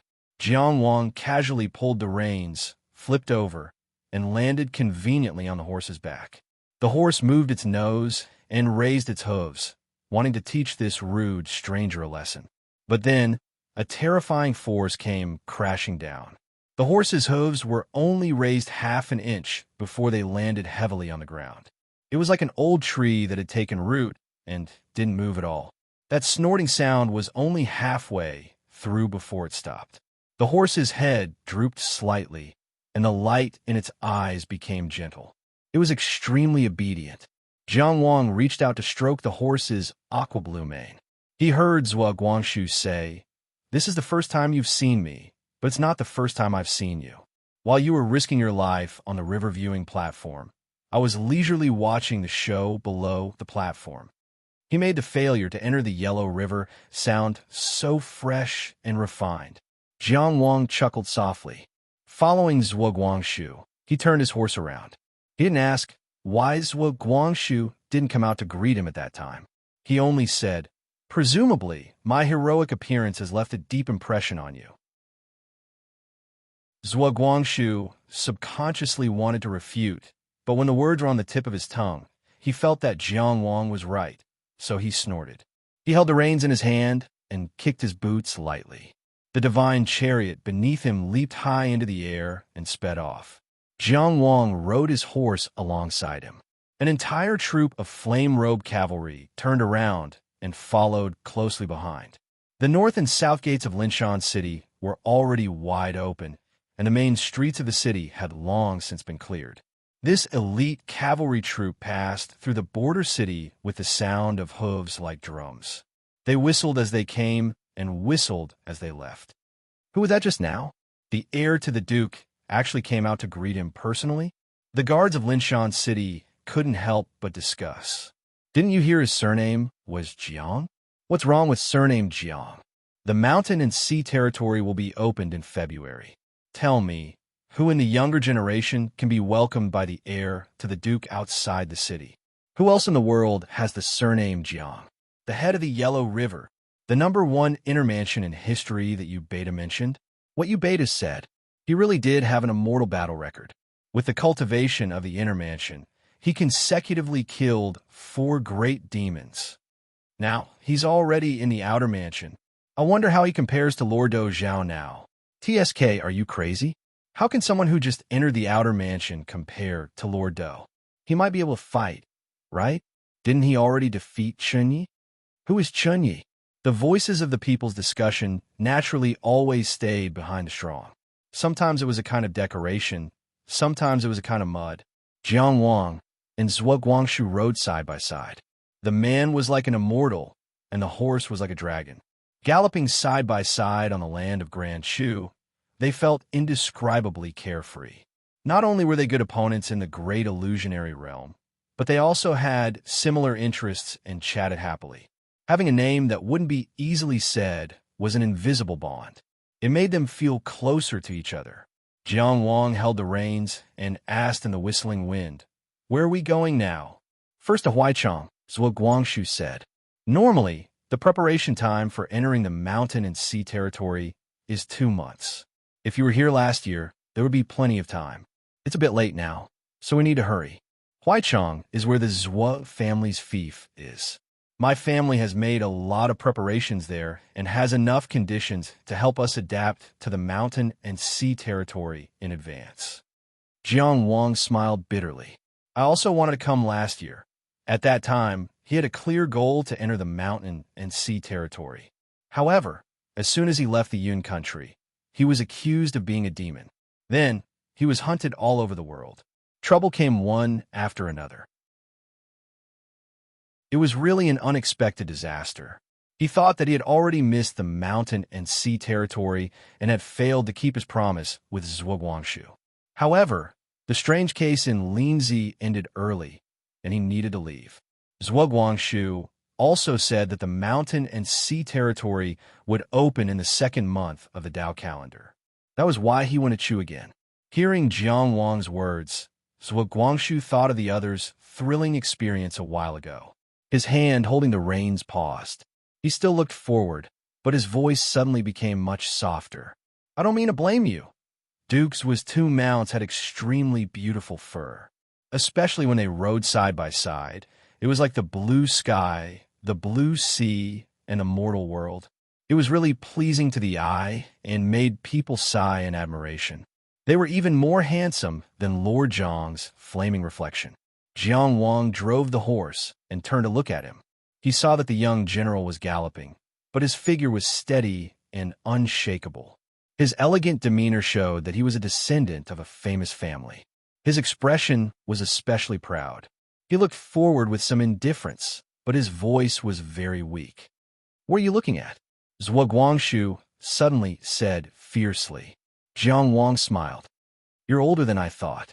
Zhuo Guangxu immediately put on his helmet and said in a dissatisfied tone, I'm already 16 years old. Ha ha ha. Jiang Wang laughed. What are you laughing at? Of course, Jiang Wang couldn't say that he had a very young sister. Her catchphrase was, I'm already 6 years old. I'm already 7 years old. Only children like to talk like that. He just said, actually, after seeing you in person, I've always wanted to ask you a question. Zhuo Guangxu proudly raised his chin. What question? Jiang Wang asked curiously. Why do you still have a childish voice when you're already 16 years old? The cavalry that followed closely behind him were really well trained. Not a single one of them laughed. Zhuo Guangxu decided to hurry on. At least for today, he didn't want to talk to this poor man. Hey, Jiang Wang shouted. General Zhuo Guangxu, little Guangxu? Don't add the word little.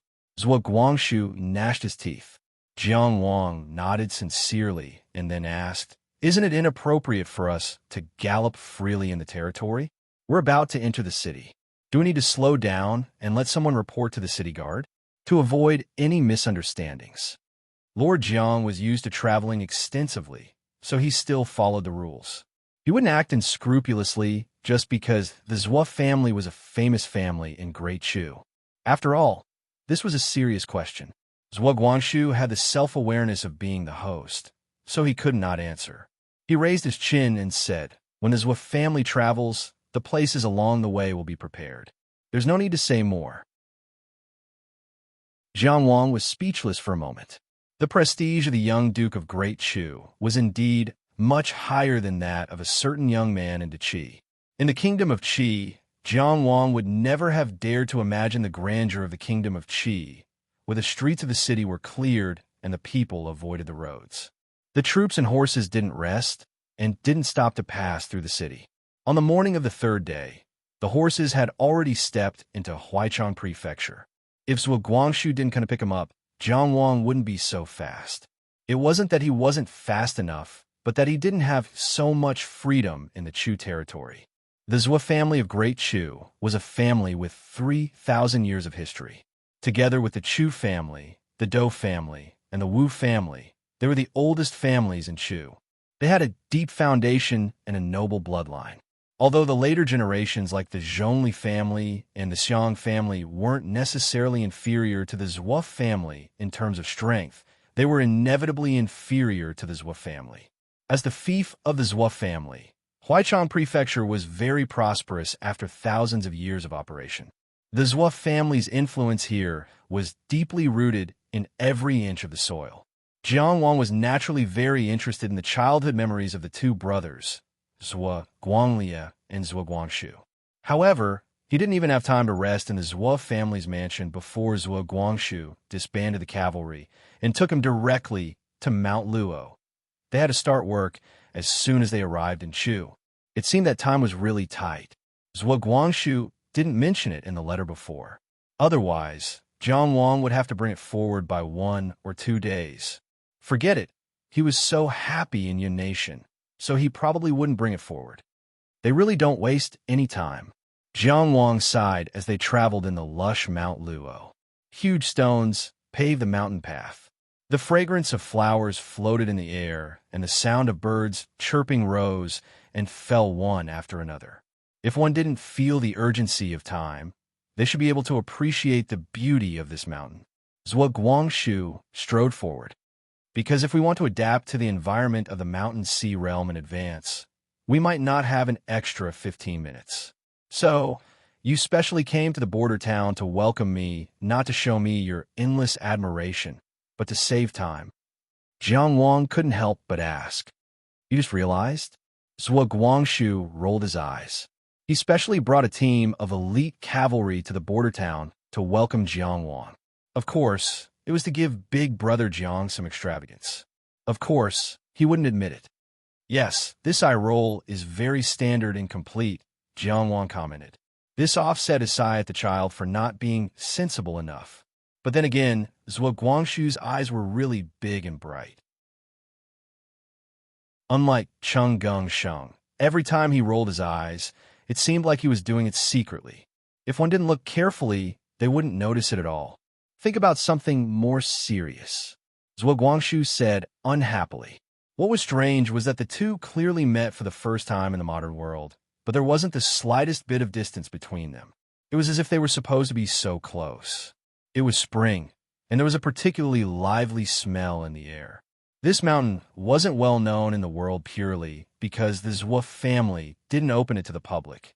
As a forbidden area in Huaichang County that no one could enter without the Zhuo family's permission, Luo Mountain was naturally not a simple place. The people of Chu often used whether or not they had an independent law development pavilion as a benchmark to determine whether or not an aristocratic family was powerful. The Zhuo family of Great Chu had 3 law development pavilions, and the largest one was at Luo Mountain. This showed the importance of this mountain. After walking for a while, Jiang Wang couldn't help but say sourly, "If you go to my fief, I will definitely run to the border town to welcome you. And not because I'm in a hurry, but because I welcome you." Of course, it was needless to say how close Qingyang town was to the border town. The round trip took less than the time it took to eat a meal. It couldn't be compared to them riding Zhuo Guangshu's divine chariot and running for a few days.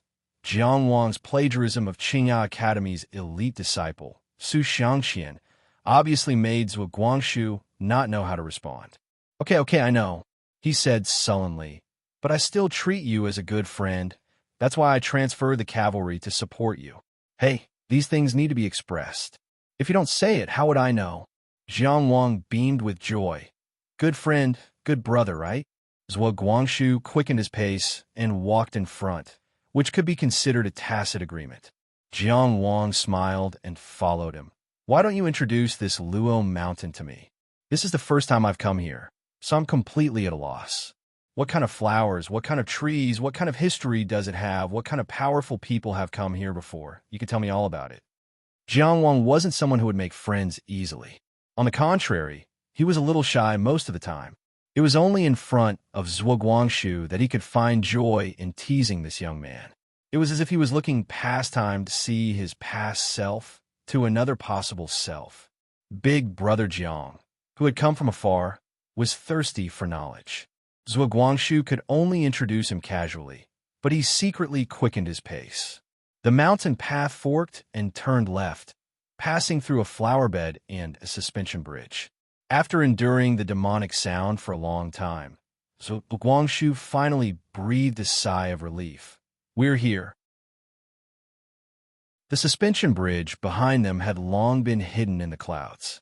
What they saw in front of them was a sealed valley. The mountain path, paved with stone slabs, extended from the suspension bridge to here and finally stopped in front of a huge stone door. This was a very thick and heavy stone door. The texture on the door was roughly the same as the stone itself. It was very rough. It had an ancient feeling of dullness.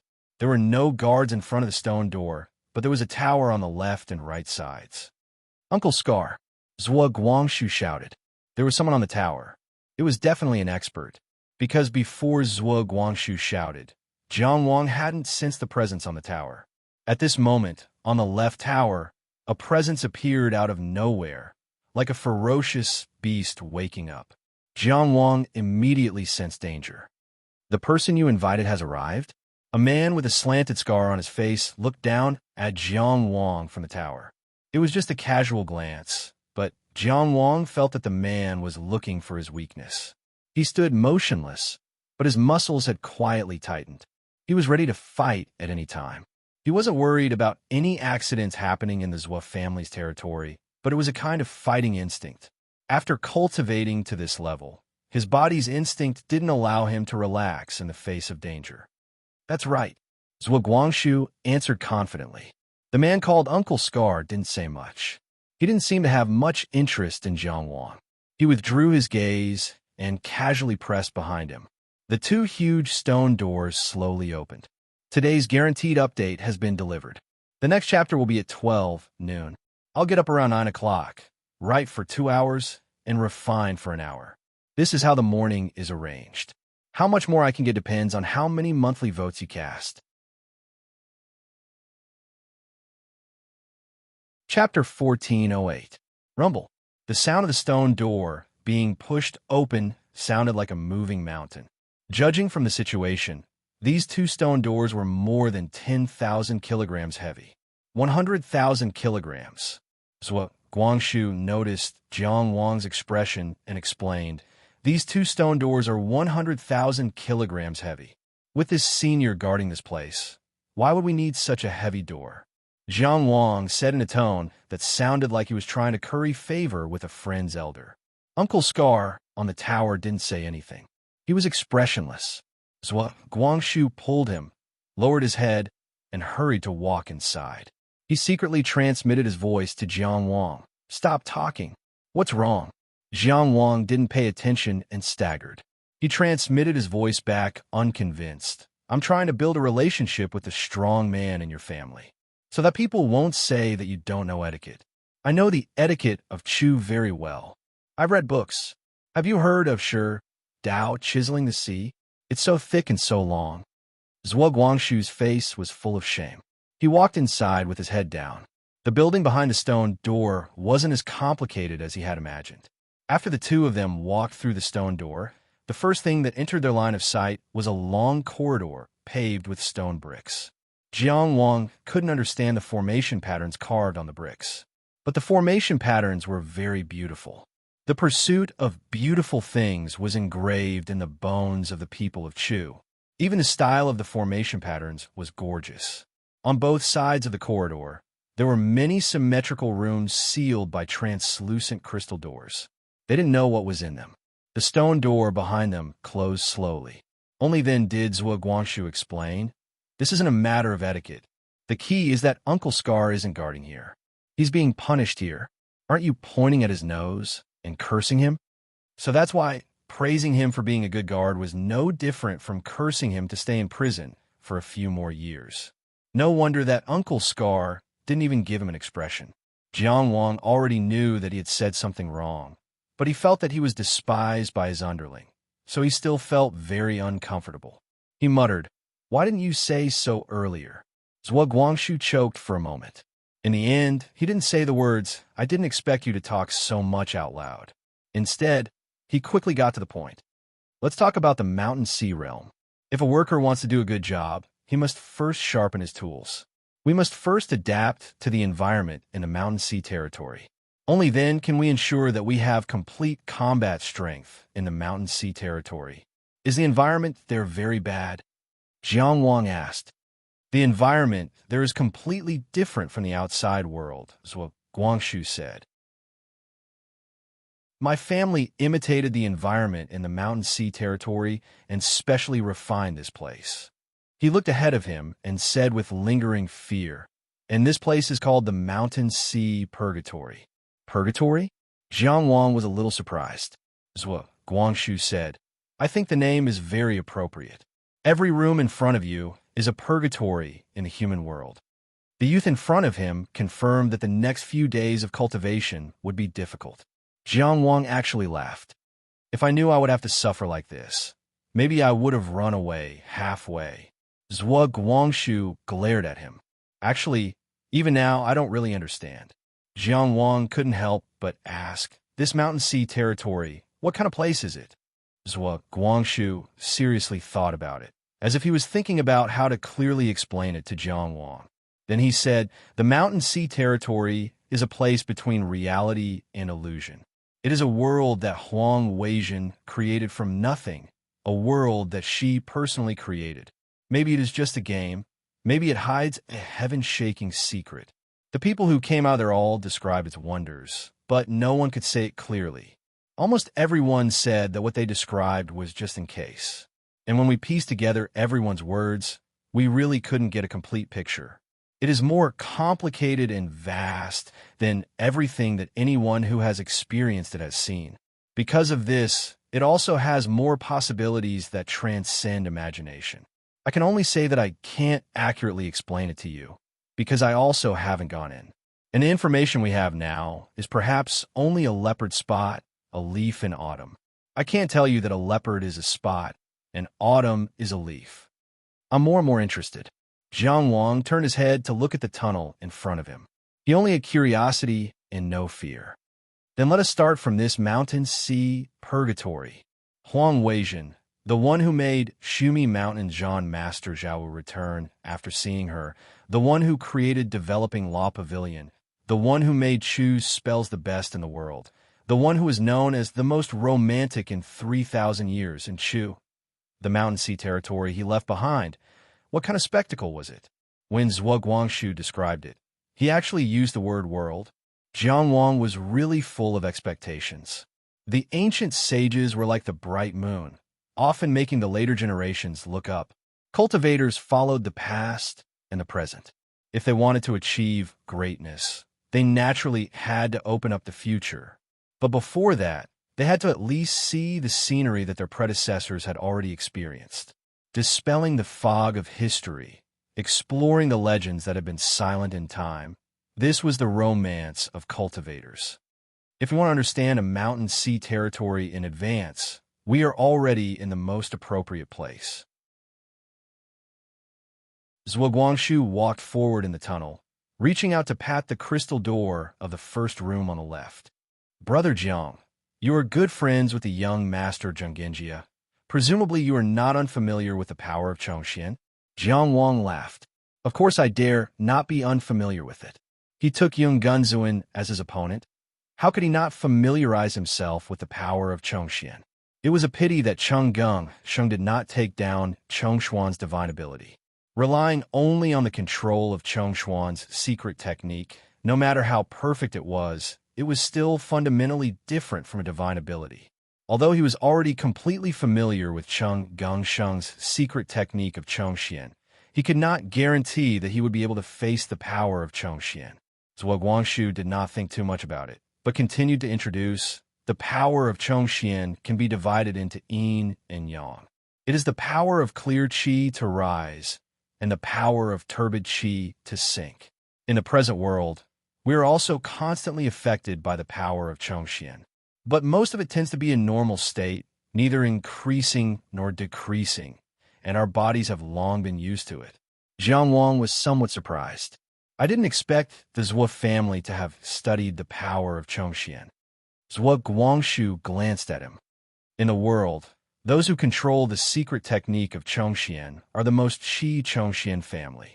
It is an instinct that flows in their blood, and others cannot compare. But that does not mean that others have not studied the power of Chongxian. What is the relationship between the mountain sea realm and the power of Chongxian? The power of Chongxian that we feel in the present world is on a completely different level from the power that we feel in the mountain sea realm. In that place, it is as if someone is constantly using the secret technique of Chongxian on you, causing you to constantly sink. What we need to bear is the power of Chongxian that is hundreds of times stronger than what we have in the present world. The crystal door of the first room on the left became completely transparent as Zhuo Guangshu tapped it lightly. Standing in the corridor and looking through the transparent crystal door, they saw that it was extremely spacious behind the crystal door. It was not the kind of place that Jiang Wang had imagined. On the contrary, behind the crystal door was an open area. It vaguely looked like some wasteland. The sky was dark, and the clouds were extremely heavy. Rhinoceros peaks with horns, rugged rocks of strange shapes. It gave people a very oppressive feeling. Behind this crystal door, it seemed to lead to a completely different place. It was too unlike Luoshan. Of all the mountain sea purgatories, the one that repeats the most is the Chongxian purgatory. You can't say that it repeats. It's a kind of advancement. Zhuo Guangshu casually formed a seal and explained to Jiang Wang. In this room, it is filled with the power of Chongxian that is 10 times stronger than in the present world. We can go in and get used to it first. As his words fell, the crystal door slowly rose until it was completely absorbed into the stone wall. However, there was still a layer of crystal door in the inner room. It was a double-layered crystal door design. Presumably, it was to prevent the power of Chongxian from invading from the inner room, which was why it had such a structure. Jiang Wang naturally had no objections. He followed closely behind Zhuo Guangshu and walked to the middle of the 2 layers of crystal door. At this time, the outer layer of crystal door slowly fell and completely closed. Only then did the inner layer of crystal door open. The moment the crystal door opened, Jiang Wang immediately felt the pressure. The pressure was much denser and heavier than in the present world, covering every part of his body. It made him want to lie on the ground, but he couldn't lie on the ground because his blood and muscles were heavier. How is it? Zhuo Guangshu took the lead and walked into the desolate land. He stood beside a strange stone shaped like a demon and turned around to look at Jiang Wang. Can you get used to it? Jiang Wang grasped the details of his body. The muscles on his body trembled slightly at a very high speed as he walked forward slowly. However, the question that came out of his mouth was completely irrelevant. Does this door lead to another place?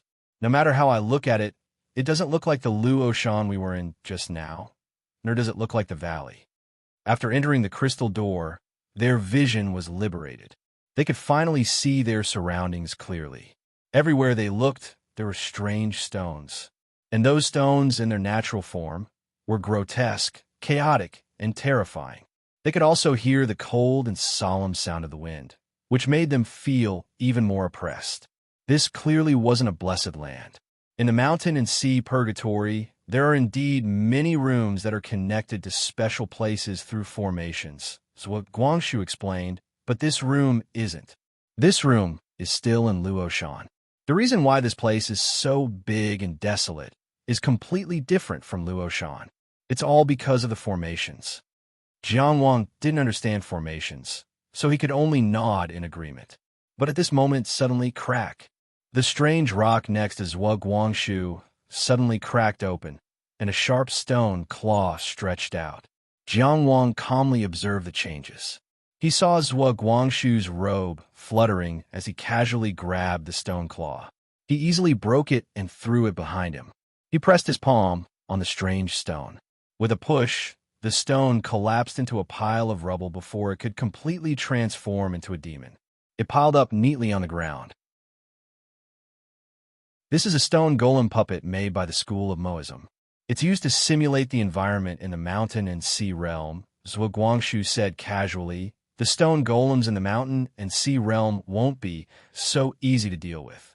Apart from the environment that's 10 times stronger than Chongshuan's in the main world, there are only stone golems here? Jiang Wang asked. Yes, there are only stone golems in this room, so the environment is relatively simple. Zhuo Guangshu said, because you've never been in such an environment, I think you'll need to slowly adapt from simple to complex. Jiang Wang used his body to feel the environment and smiled. You're very thoughtful. Zhuo Guangshu looked at Jiang Wang and said, I think you have a general understanding of this place. Not really. I've just started to get to know it. Jiang Wang was very humble. Let's spar. Zhuo Guangshu's tone was faintly excited. I'll help you adapt to this environment as soon as possible. When one cultivated to Jiang Wang's level, lifting 1,000 pounds was as easy as flipping one's hand. The pressure of Chongshuan's power was not enough to affect him at all. However, if one's body had to endure the pressure of Chongshuan's power at all times, it was indeed difficult to ensure that one's combat strength would not be affected.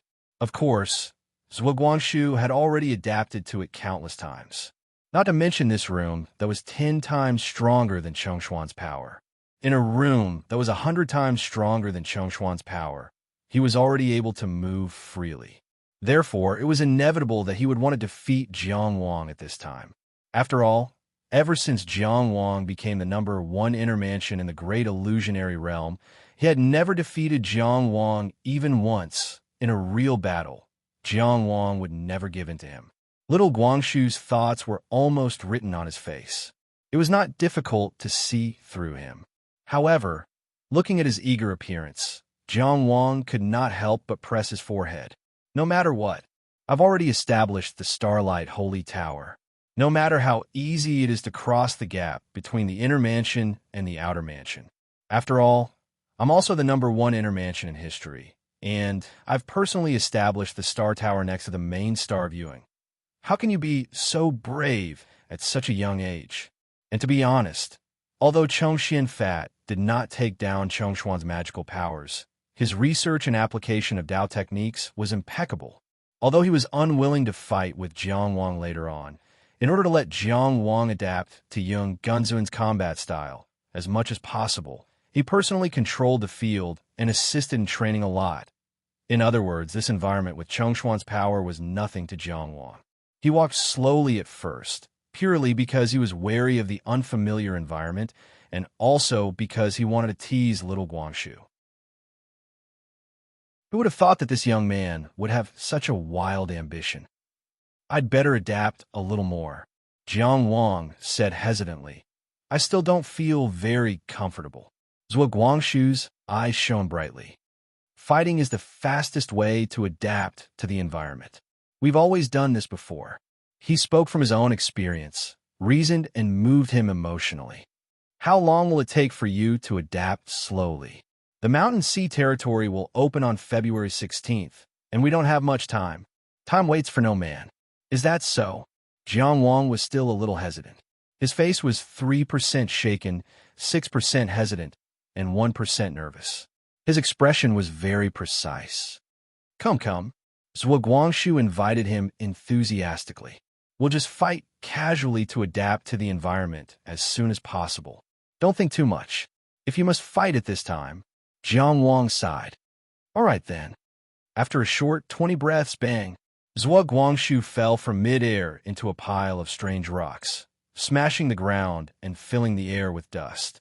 Jiang Wang flew over slowly, his face full of concern. Come, little Guangshu, let me help you.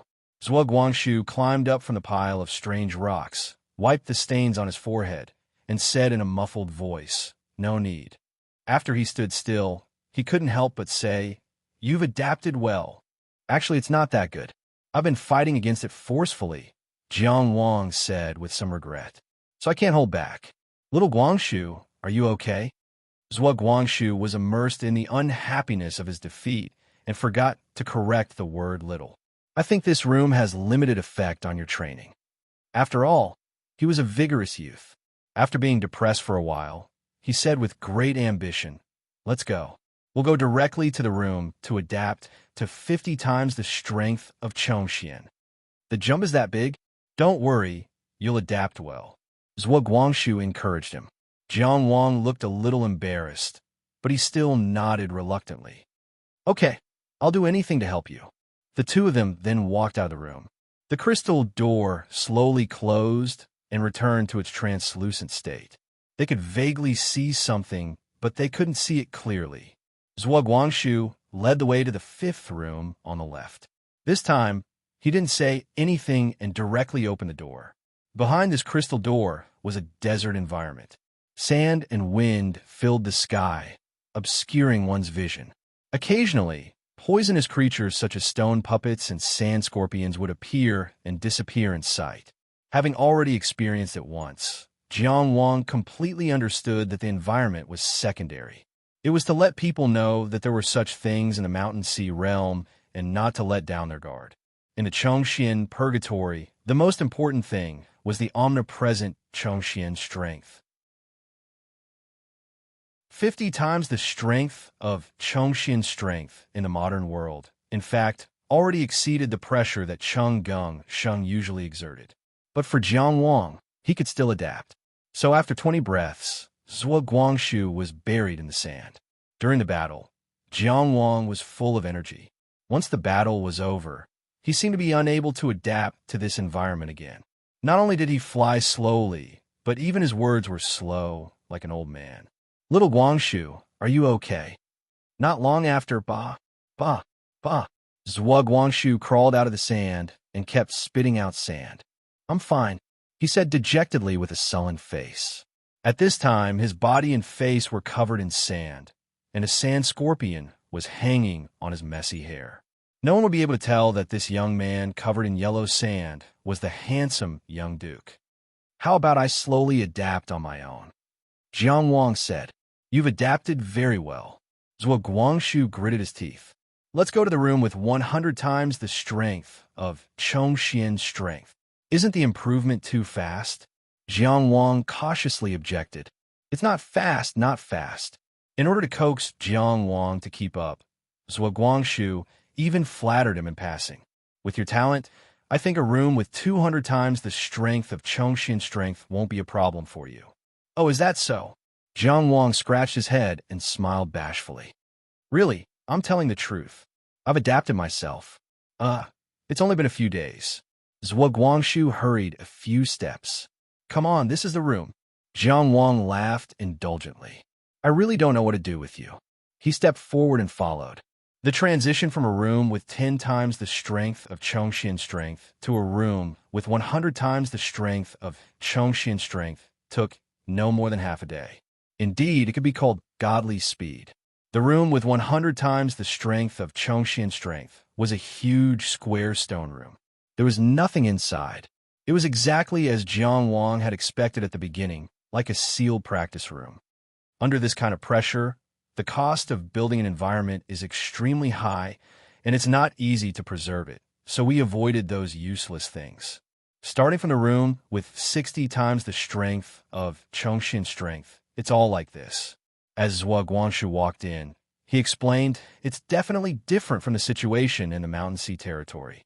After walking into this room, Jiang Wang clearly felt the disharmony of his body. The terrifying pressure made it difficult to breathe. The strength of Chongqian's strength, which was equivalent to 100 times the environment in the main world, crushed every part of his body, even the flow of his blood. It was a little sluggish. He needed to use his Tao energy to slightly push it. It wasn't until his muscles made an adaptive change that the flow of his blood became relatively natural. The environment is a small matter. The main thing is to adapt to this kind of pressure. As Jiang Wang spoke, he slowly took a step forward. This step seemed steady, but Jiang Wang himself knew that Zhuo Guangshu also understood that he couldn't maintain his posture. This so-called posture wasn't about etiquette or anything else. After experiencing countless battles, Jiang Wang had long since formed an instinctive posture that could quickly enter a combat state at any time. In different environments and facing different situations, the body would instinctively make adjustments to adapt to possible battles. Just like before outside the stone door, when that Uncle Scar glanced at him, he immediately entered a combat state. The loss of this combat state undoubtedly showed that Jiang Wang wasn't used to it, although Jiang Wang quickly adjusted. Of course, there was an essential difference between an instinctive reaction and a conscious confrontation. "Come, I'll spar with you again." Zhuo Guangshu's voice was a little higher, and his beautiful eyes were full of fighting spirit. Jiang Wang, who had beaten this youth twice in a row, naturally had no reason to refuse. "Then, let's give it a try." Putting aside all the influence of the environment, this empty practice room was the most important test of the battle itself. The moment the two sides opened up their stances, light blue smoke suddenly rose from Zhuo Guangshu's body, surrounding him like a layer of armor.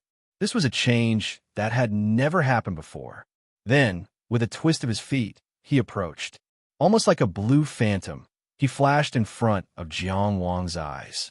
This speed was unprecedentedly fast, far faster than his performance in the room, where Chongshuan's strength was 50 times and Chengshuan's strength was 10 times. Chengshuan's strength had been strengthened so many times, but Zhuo Guangshu was even faster. Of course, this speed was far from the point where Jiang Wang couldn't react in time, but when he seized the opportunity and cut down with his palm like a knife, but he cut empty air. At the same time, his abdomen was hit by a punch. His whole body arched, and he was directly sent flying. Jiang Wang immediately realized that it wasn't that Zhuo Guangshu was too fast, but that he was too slow. He indeed couldn't immediately adapt to this Chengshuan strength, which was 100 times stronger than the environment in a modern world. His body couldn't keep up with his combat awareness. But Zhuo Guangshu, under the cover of the smoke armor, almost completely ignored the influence of Chengshuan's strength. In the process of flying backward, Jiang Wang constantly adjusted the details of his body, hoping to quickly adapt and return to normal. But in such an extreme environment, how could it be achieved immediately? And at this time, Zhuo Guangshu had already caught up. His hands clasped together, and a small cannon came down. Obviously, he wanted to take revenge and smash him to the ground. At this moment, on Jiang Wang's chest and abdomen, 5 light sources lit up one after another. In an instant, 5 prefectures lit up at the same time, and he entered the state of the heavenly palace physique. Pa! Zhuo Guangshu's cannon hammer was held by a single hand. With a turn of his hand, he had already grabbed Zhuo Guangshu's cannon hammer. Clenching his fists tightly, he turned around and smashed Zhuo Guangshu to the ground. Bam! It was a loud noise. In the state of 5 prefectures lit up at the same time, his body was strengthened to the extreme, and he used the light of the 5 divine abilities to protect himself, temporarily resisting the influence of Chengshuan's strength. Of course, this move was steady, accurate, and ruthless, but it was indeed a little shameless. It was agreed that this was a spar to adapt to the environment. Displaying the peak state of 5 prefectures lit up at the same time did not have the effect of adapting to the environment at all. In the Mountain Sea realm, the shortest time was a few days, and the longest was a few months. How could he always maintain the state of the Tianfu realm? Jiang Wang turned around and saw Zhuo Guangshu somersaulting, as if he had endless energy and rushing toward him again. Again, in the light blue smoke armor, the young man's eyes flickered, and he was unwilling to admit defeat. Jiang Wang was actually already a little distressed, but he only used firm steps to shatter the green clouds and collided with him head-on. The two of them collided. Jiang Wang, who was surrounded by the light of 5 prefectures, and Zhuo Guangshu, who was surrounded by the blue smoke armor, exchanged dozens of punches and kicks in an instant. Punches came for punches, elbows came for palms, knees collided for knees. In a small space, the two of them carried out the most intense attacks. Finally, Jiang Wang broke the smoke armor with a sword finger, announcing the end of the battle. He bent his sword finger and punched, directly smashing Zhuo Guangshu to the ground. Boom! Zhuo Guangshu lay on the ground. So strong. He was panting. Although the close-range fight just now was short, he had exploded with too much power, and it made him a little weak. Of course, he knew that Jiang Wang was very strong, but he had improved a lot in this period of time, and he had already adapted to the environment of the Chongxin Purgatory. He didn't expect that he still couldn't win. There was no chance at all. Jiang Wang retracted the light of the 5 prefectures and flew in front of Zhuo Guangshu. He lowered his head and looked at him with a gentle gaze. How do you feel? Zhuo Guangshu panted twice, and then said, Thank you. Jiang Wang smiled. Thank me for what? Thank you for respecting me, for not really treating me like a child, and for not deliberately letting me win. As Zhuo Guangshu spoke, he put his hand on Jiang Wang's outstretched hand. Jiang Wang pulled the young man up and said, Of course I treat you like a child, but in battle, age doesn't matter. Guangshu, you've already done very well. In the great illusionary realm, you should be able to reach the top 3 of the inner mansion stage.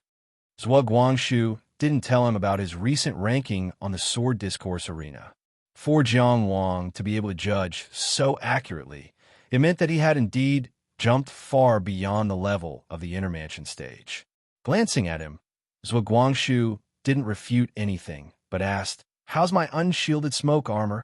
Jiang Wang was stunned for a moment, and realized that he was talking about the light blue smoke armor just now. He said with some surprise, "That's a Dao technique that you developed yourself?" "Of course." Zhuo Guangshu raised his chin. "It's a Dao technique that I developed specifically for the environment of 100-fold Chongxian force. It can spontaneously resist the environment of extreme Chongxian force and allow the user to unleash battle power without being affected. Do you want to learn?" He looked at Jiang Wang, and there was a hint of expectation in his pride. Of course, Jiang Wang was very willing to give Zhuo Guangshu face outside of battle, and was very enthusiastic.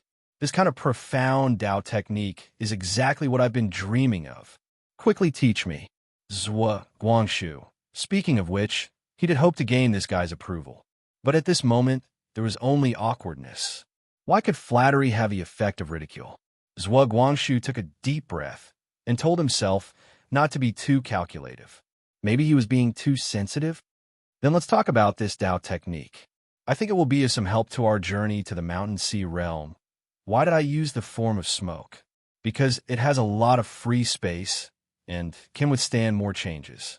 The specific manifestation of this Dao technique is the two of them began to teach Dao techniques in this environment of 100-fold Chongxian force. One was teaching seriously, while the other was learning in high spirits. Aren't you too much of a genius? How did you think of this step? It's simply amazing, shocking me, and making me dumbfounded. I'm sincerely convinced. Zhuo Guangshu continued. Speaking of this Dao technique, the most important thing is to understand the effect of elemental energy on the environment. Look, from the effect of this part of elemental energy, it can... What a brilliant idea. Back then, Huang Weijin was just like this, right? You're only 16 years old this year. To be able to create such an exquisite Dao technique at the age of 16, you're really a terrifying talent. Stop talking. Zhuo Guangshu finally couldn't help but say, "Why don't you teach me?" Jiang Wang blinked. He didn't understand what was wrong with children these days. "You're not happy when I praise you?" "Of course you'll teach, Jiang Wang said embarrassedly. His original plan was to beat up this handsome young man several times and turn him into a little beggar who wandered the world. It was also time to have a good chat and rely on his affinity to ease the relationship. One shouldn't hold back in a battle, but there were true feelings in the world. It wasn't difficult to praise him a few times, so why not? He didn't expect this child to be so ungrateful. Cheese Lord Jiang had no choice but to silently shut his mouth and listen to the young Duke of Great Chu's lecture. To be honest, the non-resisting smoke armor was indeed a rather impressive Dao technique. It almost perfectly solved the problem it needed to solve, the resistance against the Chongxian force in the natural environment. No matter how extreme the Chongxian environment was, as long as it was a place where elemental energy existed, elemental energy would exist in a way. This Dao technique started from the level of elemental energy, using the cultivator's own Dao energy as the driving force. Using a similar formation, it used the smoke armor to create an environment that covered the cultivator's body, using the environment to fight the environment. Every step of the Dao technique was created for this purpose. None of the steps were redundant, and Jiang Wang almost couldn't find any areas that could be improved. Zhuo Guangshu's talent in Dao techniques could be seen through this technique. Jiang Wang studied seriously, and Zhuo Guangshu taught diligently. They quickly grasped this Dao technique. However, Zhuo Guangshu used water elemental energy as the foundation.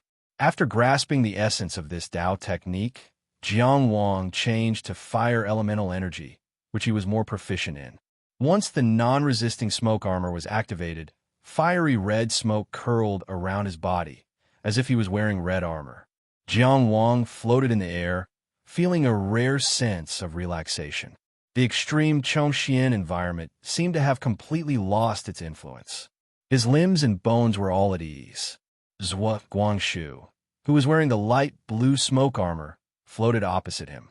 The non-resisting smoke armor had obviously been tested in battle, but Jiang Wang still needed to experience it personally. Therefore, a spar was very necessary. The smoke blurred each other's faces. The man in the fiery red smoke looked like he was burning. At this moment, he was so brilliant that it was difficult to look at him directly. Zhuo Guangshu suddenly remembered a conversation. The little one looked up and asked, "Brother, Grandpa said you created another powerful Dao technique. You are the most talented person in Chu, right? How could that be?" The man reached out and rubbed his hair. "I was waiting for you to teach me." "You didn't wait for me. I'm ready." Jiang Wang's voice sounded. His voice was calm, but it was also very real. This was not the great illusionary land. This was reality in Chu's Huaichang County, Luo Mountain, the mountain sea purgatory.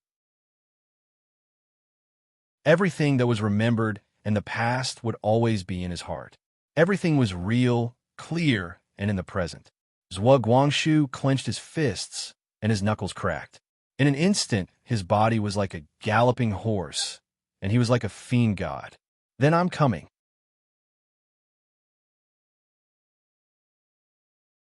Chapter 1409. At the end of the battle, Jiang Wang had a deeper understanding of the Taoist technique, non-imperial smoke armor. It was indeed a Taoist technique, very suitable for the Chongqing environment. "Do you have any problems after personally using it?" Zhuo Guangshu asked, looking at him eagerly. Jiang Wang was about to speak when the youth added with a serious expression, "If you have any questions, just ask them. Don't beat around the bush. The mountain sea realm is very important to me." The last sentence made Jiang Wang lose the mood to joke. He thought for a moment and said with the same seriousness, "Non-imperial smoke armor is a very good Taoist technique, but it might not have that much significance."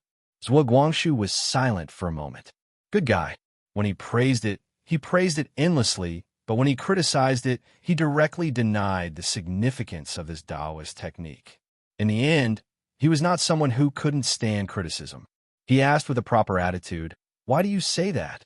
Non-imperial smoke armor is a Taoist technique specially created for the extreme Chongqing environment. Its application space is innately narrow.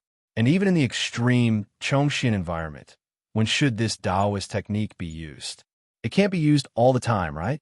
Jiang Wang said seriously, "It must be used in battle, but in a short battle, under the state of 5 prefectures simultaneously brilliant, I can also resist the influence of 100 times Chongqing environment. Why bother?" So Guangshu was silent for a moment and said, "I created the non-imperial smoke armor to be used all the time. We need to ensure that we are in the best state at all times. We need to be able to react in the best state at all times. This is the significance of the non-imperial smoke armor. It only consumes Taoist essence, not more energy. At the same time, it can ensure our condition." At this point, Zhuo Guangshu added, "The mountain sea realm is very dangerous." Jiang Wang frowned. "Then the consumption of Taoist essence will be a very big problem. How long do those who participate in a mountain sea realm usually stay in a mountain sea realm? If it's too long, the non-imperial smoke armor that consumes Taoist essence will become a burden. We may stay for a day or two, or a month or two," Zhuo Guangshu said. "But this is not a problem. We will bring enough primeval stones." The word "enough" instantly silenced Jiang Wang. Perhaps this was the limitation of his way of thinking. He realized that he was the one looking up at the sky. He only thought about how to survive the long period of time and how to reduce the consumption of his Tao energy. After all, using primordial stones to maintain the abundance of Tao energy was simply too extravagant. Judging from the terrifying consumption of the no-smoke armor under the environment of 100 times Chongshuan's power, it would consume about 1 primeval stone a day.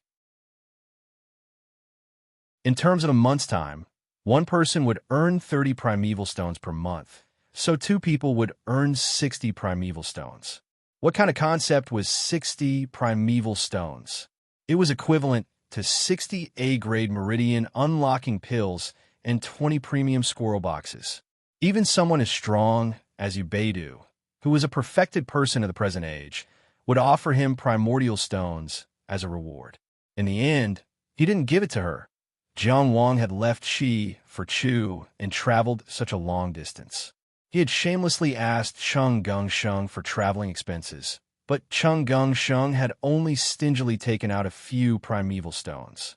And this was when their Dushing trading company had already developed, and Cheng Gongsheng's pockets had become plentiful.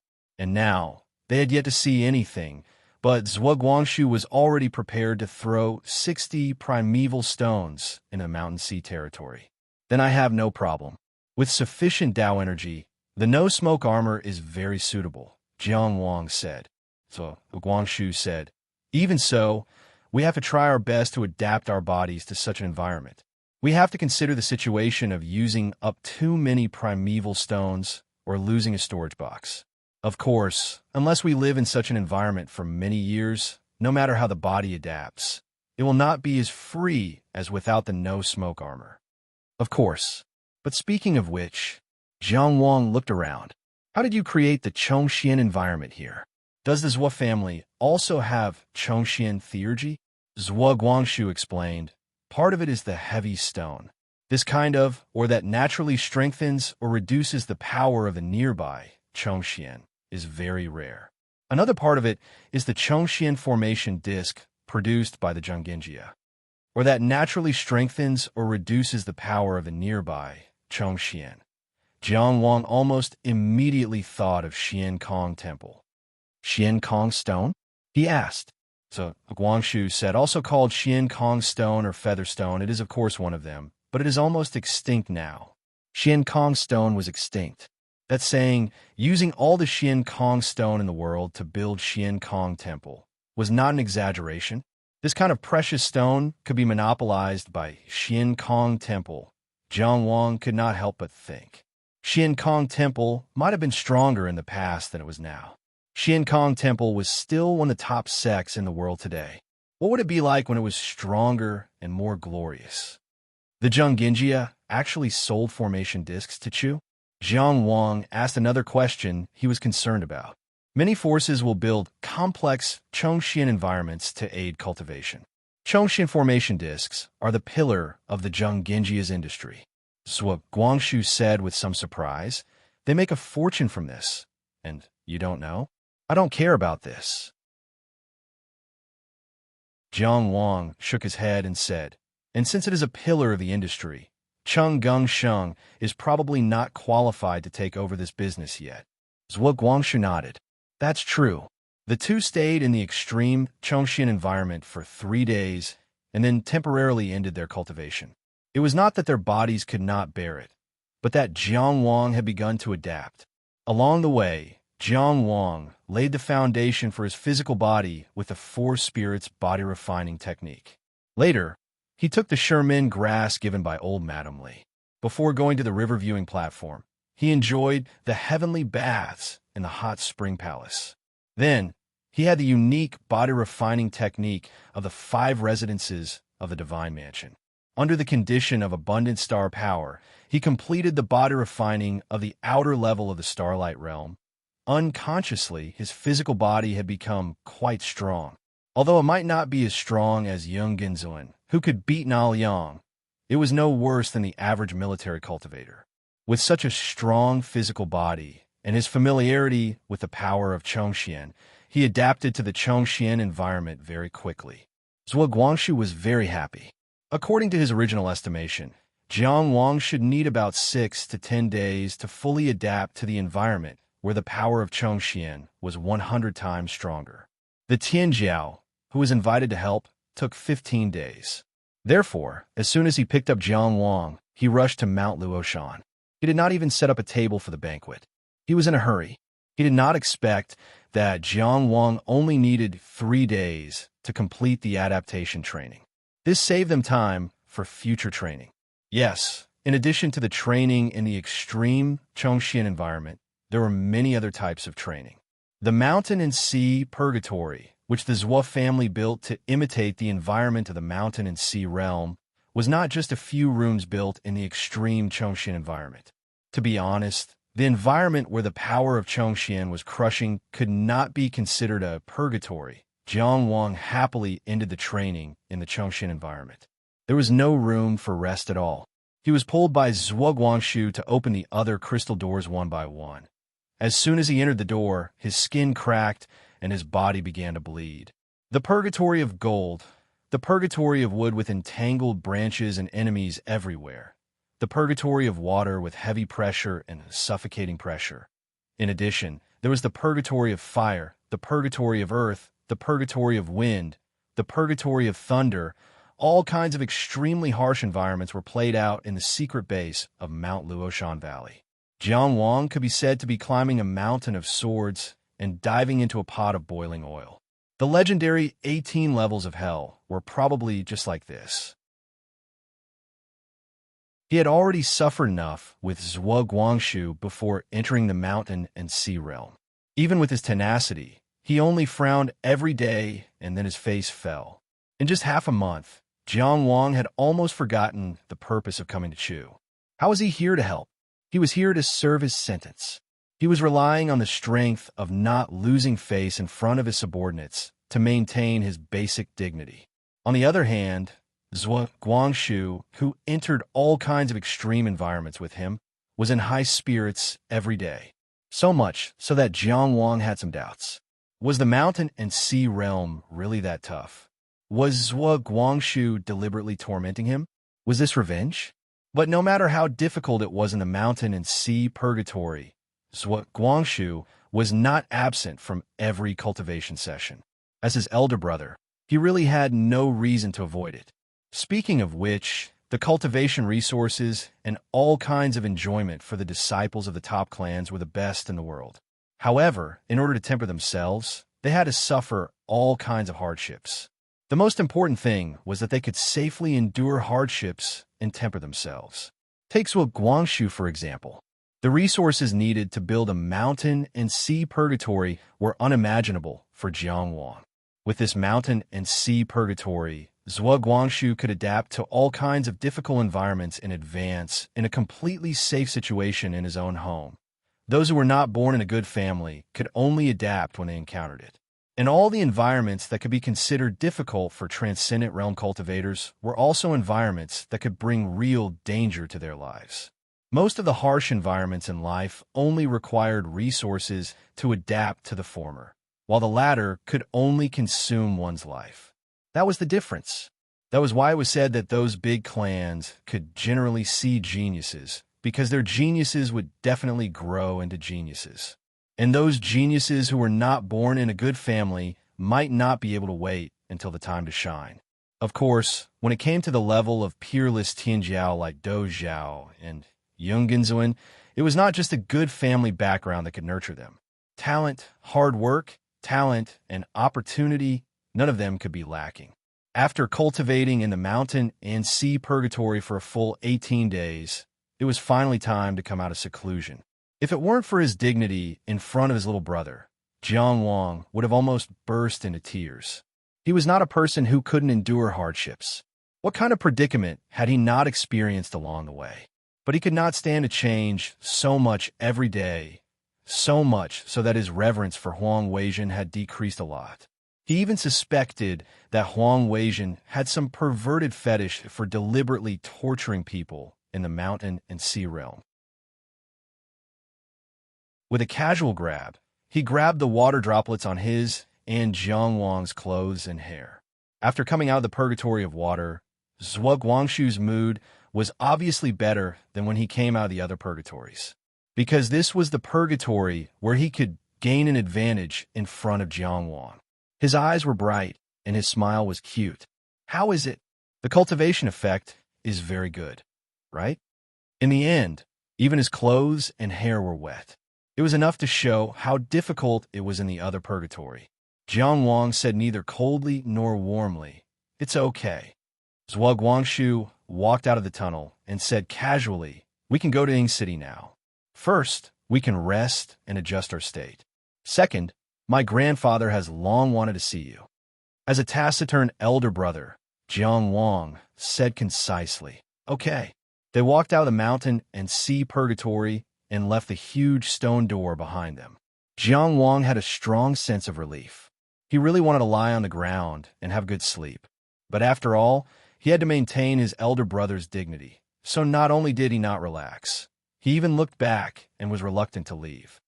Let's go. Zhuo Guangshu pulled him. We'll come again next time when we have time. It's okay. It's okay if you don't have time. I won't force you. On the stone tower, Uncle Scar looked expressionlessly at the two people walking away. The handsome young man in the aqua-blue robe was half a head shorter than the handsome man in the green robe. The former pulled the latter's sleeve and walked out. They played and bickered along the way. He, who had a huge scar on his face, looked at them for a long time. The capital of Chu was called Ying. It was the residence of the ancient kings. Naturally, it was the #1 city in the southern region. It was not as tall and majestic as Linzi City, but it was a beautiful and dreamy city. The houses were like beauties, colorful and full of colors. Looking at the flying eaves and fighting horns, jumping on the green sparrows. There was a moonlit pavilion, hanging lanterns all night. Looking at the flying dragon boat, roaming the sea of stars. Looking at the cloud dream lake from the goddess mountain. Looking at the hidden waterfall, embracing the frost-horned rhinoceros. Flower carriages roamed the streets. Handsome men and beautiful women danced on drums. A majestic man played the pipa, and the sound was as fierce as a war. The fiery red zhurong tree was hundreds of feet tall. It was said that its history was longer than that of Chu. The shamans covered themselves with flower masks and sang the music of Chu for thousands of years. Jiang Wang had seen the world. The Hanging Temple, the 300 miles of majestic city, the supreme royal court that could fly. But there was no other city or building as magnificent as Ying City. Every detail of Ying City was blessed by inspiration, the embodiment of beauty. It could even be said that Ying City reconstructed Jiang Wang's impression of beauty. How could he describe this city with words? How could he express 1/10,000th of its magnificence? There were only a few records in history's knife chiseling the sea, but after Jiang Wang saw this city with his own eyes, it suddenly came alive. It's hard to forget after seeing it. Jiang Wang couldn't help but praise.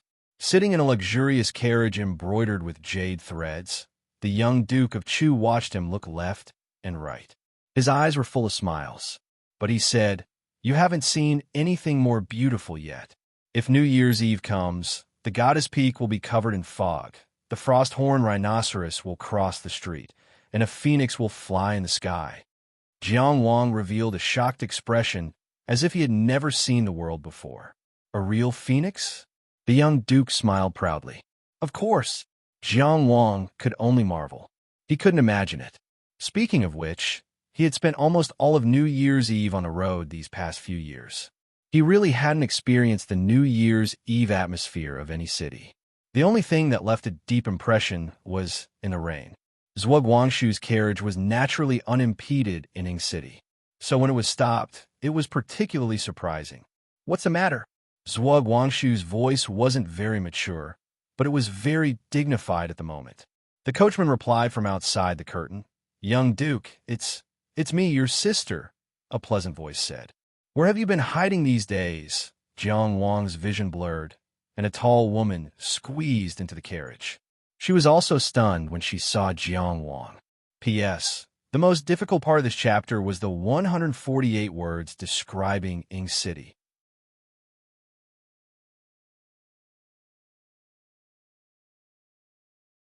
Chapter 14:10. As soon as Chu Shanhua got into the carriage, she saw the handsome Zhuo Guangshu. The man with a gentle smile next to him also came into her sight. He was dressed in a green robe, sitting next to the young Duke of Chu, but he didn't lose to him at all. Chu Shanhua had done a lot of things like climbing into carriages and windows. Not only herself, but also Zhuo Guangshu had been used to it.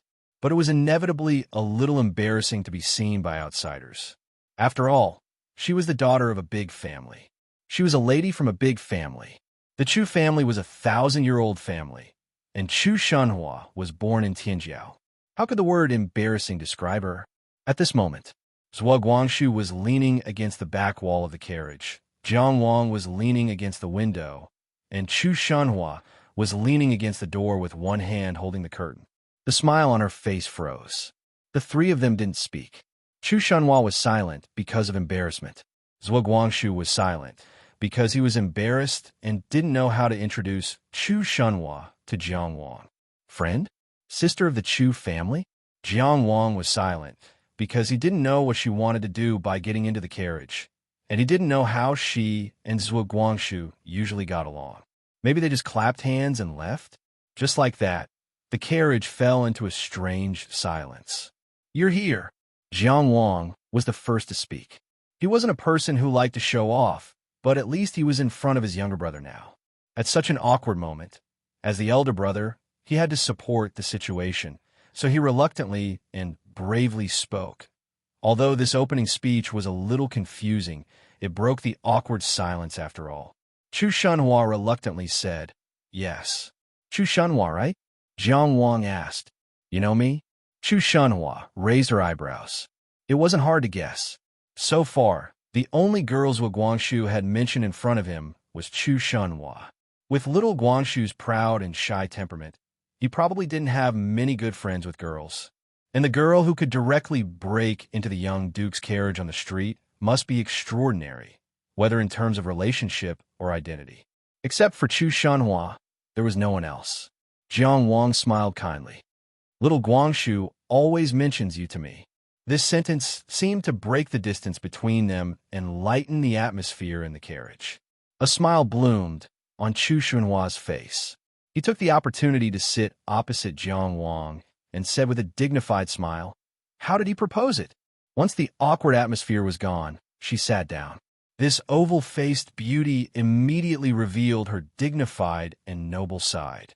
She did not have stage fright at all. She was generous and appropriate. What are you talking about? Zhuo Guangshu asked in a fluster. Chu Shanhua turned his head. Don't say anything. But then she remembered that Jiang Wang was present. She smiled gently and said, "Let me have a chat with Big Brother Jiang first." She had also been to the Riverview platform to watch the battle, so she naturally recognized the Yellow River champion. Not to mention, Zhuo Guangshu always told her about Jiang Wang. After thinking about it for a bit, he understood that Jiang Wang had been invited by Zhuo Guangshu to help him in the mountain and sea realm. Having seen Jiang Wang fight with her own eyes, she was naturally happy to see this. But what she cared about the most was how little Guangshu talked about her behind her back. Of course, it was a good thing to mention her often, but there was still room for discussion as to how he should mention her.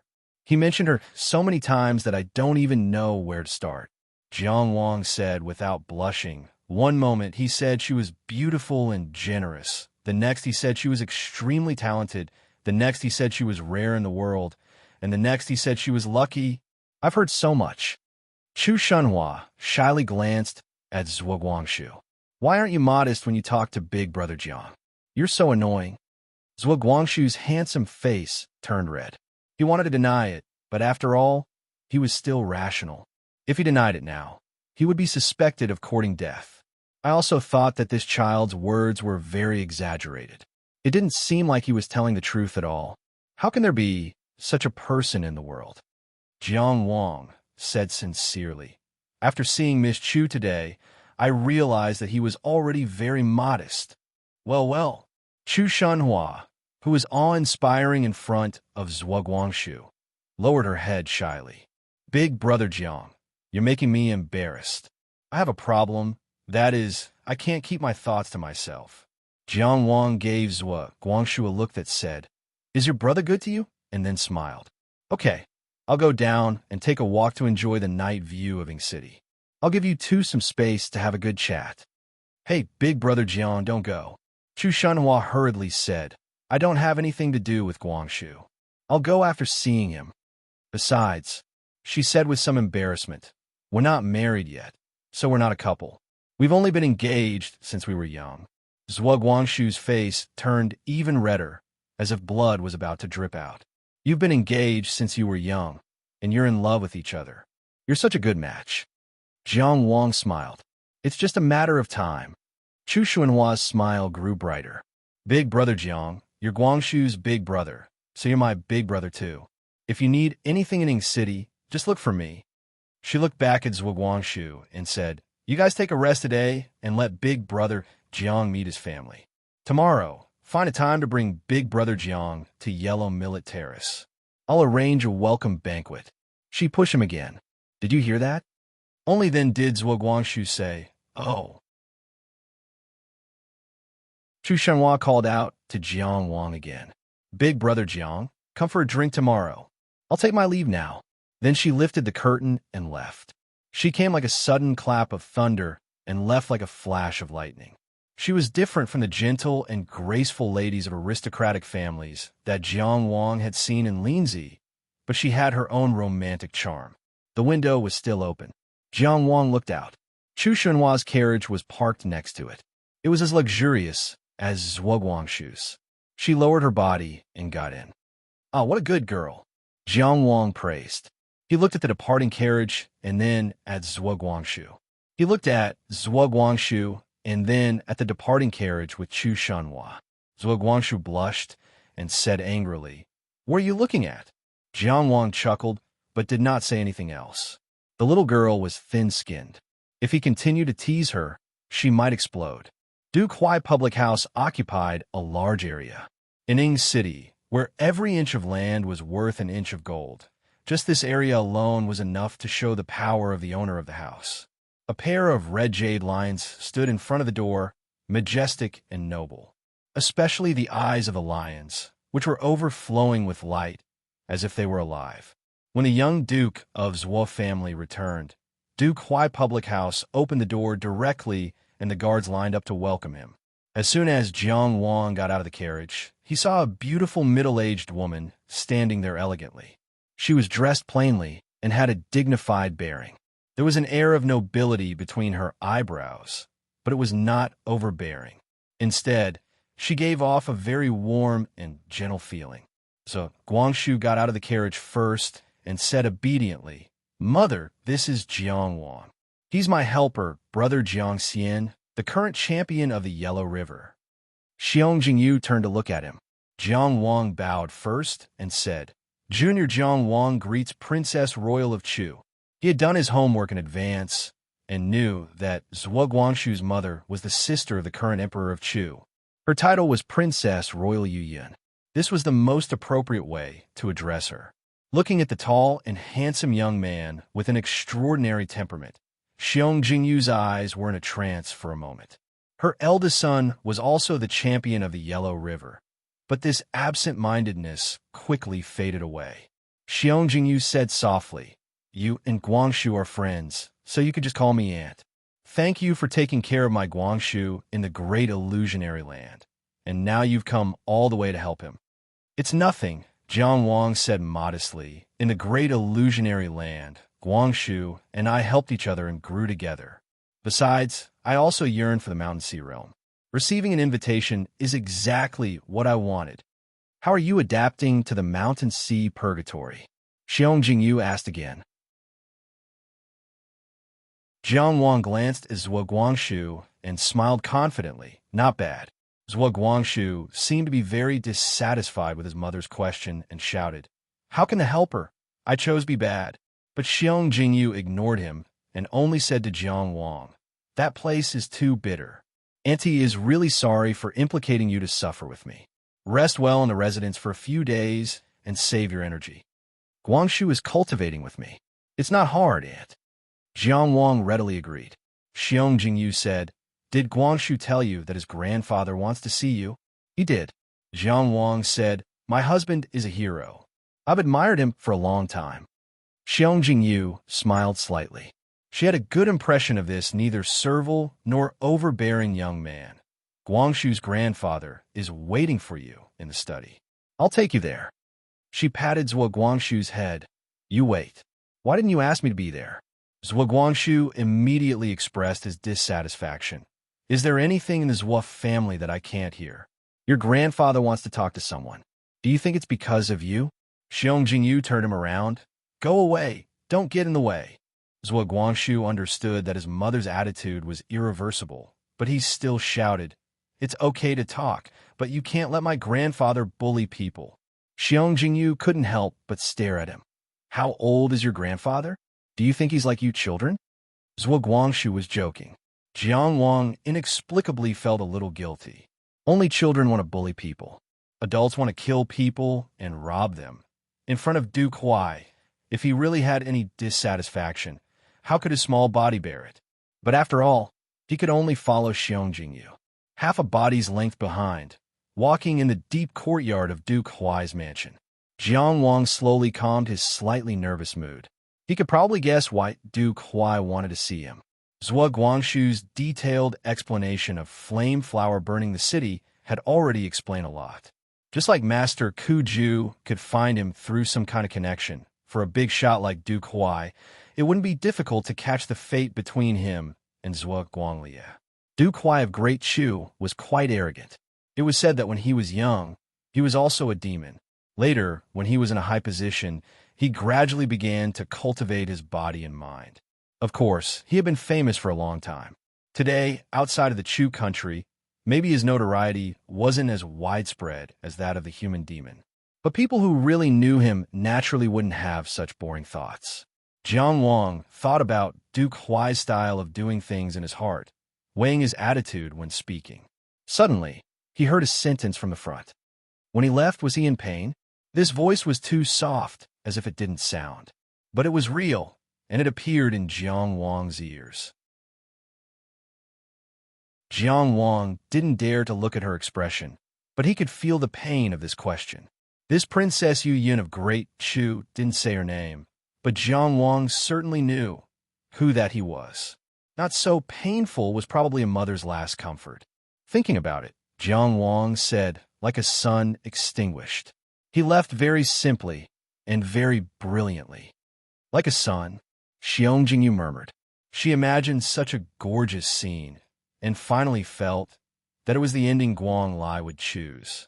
Then she stopped. The study in front. Guangshu's grandfather is inside. Good. I'll have a trouble, Annie, to send me off. Jiang Wang bowed to her, and then walked forward alone. The back of this outstanding young man, in a blue robe, was deeply imprinted in the eyes of a mother.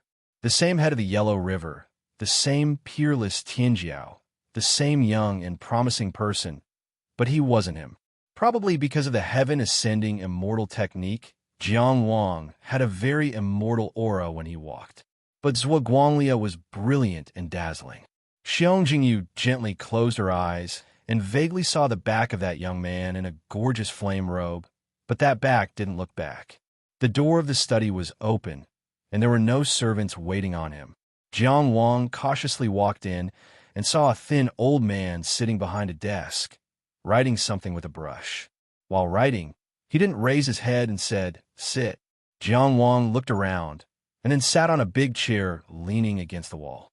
Behind him hung a picture of 100 birds looking up to a phoenix, and on his right-hand side was a tea stool, and on the other side was another chair. The layout of the whole study could be described as simple, and there were no superfluous decorations. Duke Huai didn't mean to deliberately test Jiang Wang's temperament. He quickly put down the brush in his hand, pulled the file that he had just finished to the upper right corner of the desk, and then raised his head to look at him. After all, a person's name was like a tree's shadow. Jiang Wang subconsciously shivered, and his but unconsciously moved half of his body. Head of the Yellow River, Jiang Wang, I've been wanting to see you for a long time. Duke Huai opened his mouth with this sentence. Jiang Wang turned his head, and this time he clearly saw the face of Duke Huai of the Great Chu, bright, clean, and elegant, with a few fine lines given by time.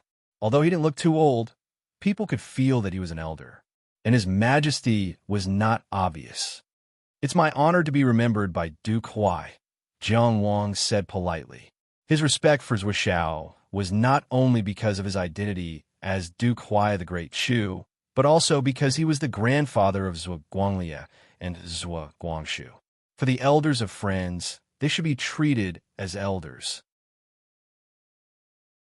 Duke Huai quietly looked at him for a while, and then said, "In fact, I have some questions to ask you, but later I felt that it was unnecessary to ask. In life, no one can avoid regret. I'm no exception." He sighed. Child, I just want to see you now.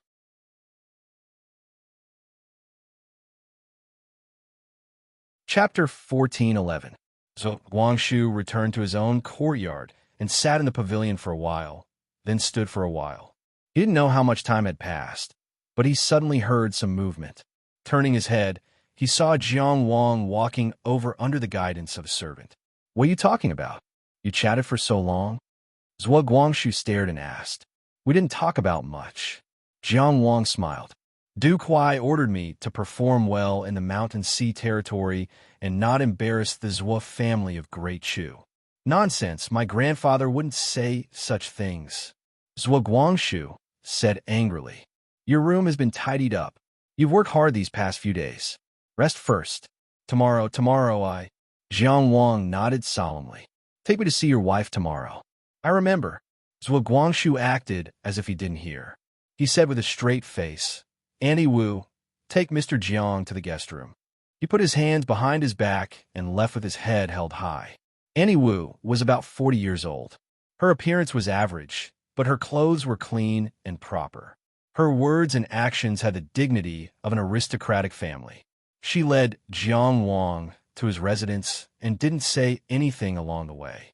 After introducing Jiang Wang to the room, she said, seemingly intentionally or unintentionally, how can there be a guest room in the heir duke's courtyard? The young duke often comes to stay in this room. Only then did Jiang Wang know that Zhuo Guangxu gave his master bedroom to him. He couldn't help but ask, what about Guangxu himself? Although it was only a bedroom, it was actually a small courtyard. The entire duke's mansion was a courtyard within another courtyard. One place was luxurious and another was luxurious. It was difficult for an average person to find their way around this mansion without living for a year or two. In the other master bedroom, Auntie Wu said, there are 2 master bedrooms in this courtyard. The heir duke alternates between them. He cultivates more there and reads more here. Jiang Wang now had a headache when he heard the word read. The endless content of historical sword chisels the sea had cruelly extinguished his yearning for reading. Oh, so it's like that. If Mr. Jiang is bored, you can read. There are Confucian scriptures, Buddhist scriptures, Taoist books, and military books. Young Duke said that there is no harm. Of course, Annie Wu didn't know Jiang Wang. She just thought that since the young Duke asked her to call this guest sir, he should be knowledgeable. Oh, okay. Jiang Wang said it's pretty good. There will always be people outside the courtyard. If you have any instructions, just call out. She stopped here, bowed, and left. He had a good sense of propriety. Jiang Wang looked around the luxurious bedroom of the Duke of Chu's mansion. His eyes swept over some unknown instruments and paused on the bookshelf. He immediately jumped over. Then he saw the desk. There was a bookshelf and a desk in the bedroom. Tell me about it. She couldn't concentrate on her studies and couldn't concentrate on her rest. It was simply a mess. Jiang Wang wanted to criticize him, but he still sat down in front of the desk first. The desk was very clean. The books that Zhuo Guangxu usually read and the words that he wrote must have all been put away. He didn't want him to see them. Jiang Wang glanced at it and didn't see it, so he gave up. He silently took out the storage box and rummaged through it with an expressionless face. He took out volume 16. He probably would never forget how he felt when he opened the storage box for the first time. The books that filled the box made him unable to smile for a long time.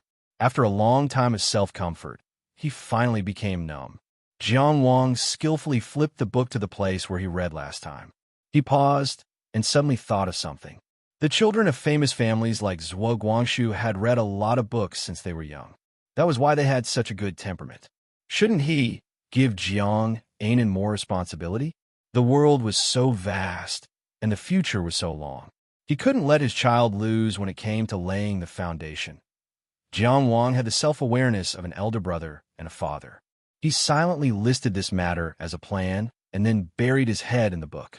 After leaving Linzi, it had gradually become a habit to recite for 2 hours every day. These days, he had been cultivating in the purgatory of mountains and seas day and night. He really couldn't find time, so he had stopped for a long time. This also meant that he had to make up for some time to come back. This night, he memorized for 4 hours before stopping. He was dizzy from memorizing. With the strength of his spirit, this shouldn't be the case. What was memorizing a book? But the problem was that these people who wrote history books weren't willing to speak properly. The words were simple, but full of meaning. One word could explain many meanings. It was impossible to understand at a glance. Emperor Qi said that he had to memorize backward fluently. How could it be just memorizing? He had to know something and have some understanding of his own. For hours of high-intensity, nonstop thinking, understanding, and memorizing made Jiang Wang dizzy, as if he had fallen into a fog. After putting away the book, Jiang Wang sat cross-legged on the chair and began cultivating. Zhuo Guangxu said to rest well and recuperate these few days. But to Jiang Wang, being able to cultivate peacefully was already a good rest.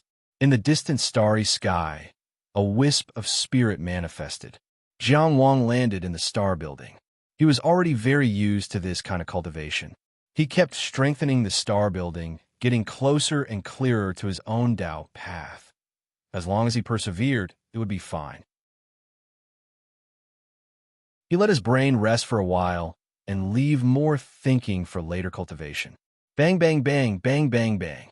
At the bottom level of the star building, in the sealed stone prison, the Sun-High Dragon God was hitting the wall with all his might, creating a commotion that couldn't be ignored. Ever since Jiang Wang arrived at the star building, he had started to take action. He had a very strong desire to communicate with Jiang Wang, and today's actions had been going on for a long time. Jiang Wang had never bothered. Today, he directly cut off the sound from the stone prison at the bottom level. He calmly meditated and slowly completed the cultivation of the star building. Senior Guan Yin helping him build the star building was, of course, a good thing. But if he shortened the process of building it himself, it was inevitable that he would lose control. Ever since Xingyue Plain, Jiang Wang had been making up for it. He had a more detailed and concrete grasp of a star building. Through the meticulous carving, he traced the process of building something from nothing. When he opened his eyes, the starry light in his eyes flowed and then disappeared. The sword light shone in his eyes, revealing its sharpness in an instant. Then, it sank into his eyes that were as clear as water. At the bottom of the water, the black and white yin-yang fish flashed and disappeared. Finally, it was peaceful. Perhaps he could have a chat. With this thought in mind, Jiang Wang took a step to the bottom level of the star building. He tapped the ground with the tip of his foot, and a huge stone slab became transparent. This allowed the Sun-High Dragon God in the stone prison to clearly see himself at the top of the stone prison. So, I am at the bottom of your star building. This was the first sentence the Sun-High Dragon God said after such a long time. Compared to his high and mighty attitude in the past, this time, his attitude was very equal. He didn't shout, "Ants" or "ants." But Jiang Wang was obviously not satisfied with this attitude. "Looks like you haven't thought about how to talk to me." After saying this, he turned the stone slab back to its original state and left the star building. It was as if he didn't care about the dragon god's value at all. The Sun-High Dragon God's little brother and little master were all thrown behind him. Boiling the dragon was a technical job. Jiang Wang hoped that he would not be impatient. Then there were a few battles in the great illusionary land, followed by the research of Taoist techniques. The night passed just like that. The next day, Zhuo Guangxu came very early. He knocked on the door of the small courtyard almost as soon as Jiang Wang finished with the Eye of Qianyang. From this, it could be seen that Chu Xunhua's words had some weight in his heart. "Why are you so early?" Jiang Wang asked, even though he knew the answer. "I always come this early." "Then what brings young masters we here at this time?"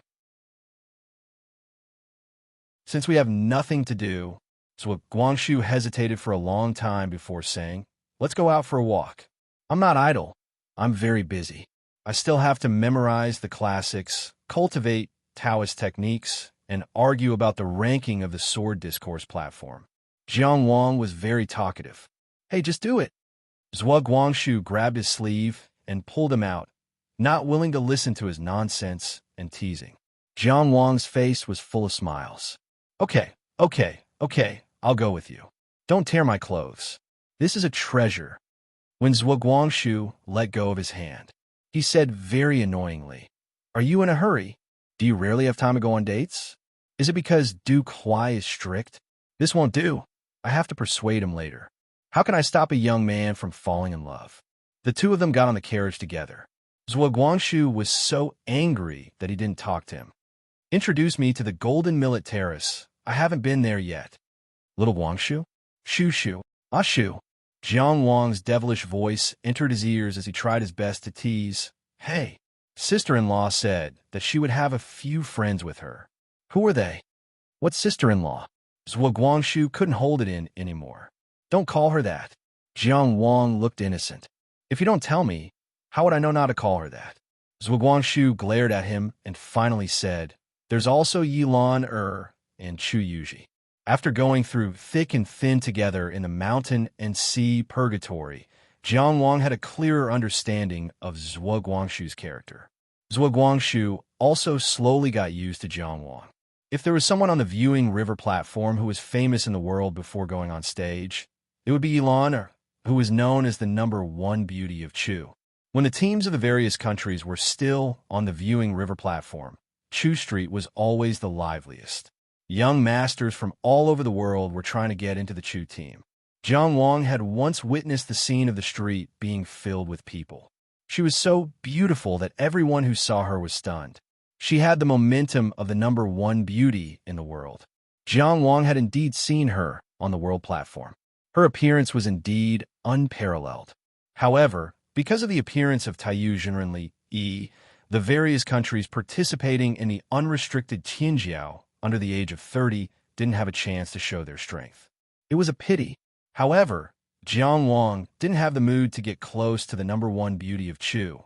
It was rumored that Yilan had an unclear relationship with the Emperor of Chu, but for some reason, she didn't enter the palace. Regardless of whether it was true or not, he didn't want to cause trouble. Why is Yilan here? Jiang Wang frowned slightly.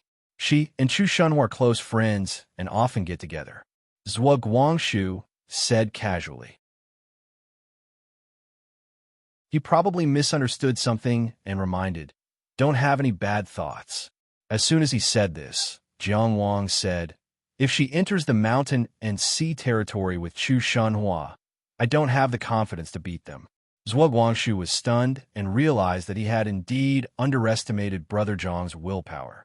She was the #1 beauty of Chu. Why would his first thought be to fight? Could this be the secret of Brother Zhang's rapid growth? After being stunned for a while, he reacted and said angrily, Why did you beat Chu Shunhua? Jiang Wang blinked and said, After entering the mountain and sea territory, won't everyone rely on their own abilities? Isn't everyone a competitor? He advised earnestly, Little Guangxu, I don't want to scold you. Feelings are feelings, and the mountain and sea territory is the mountain and sea territory. Don't mix them up.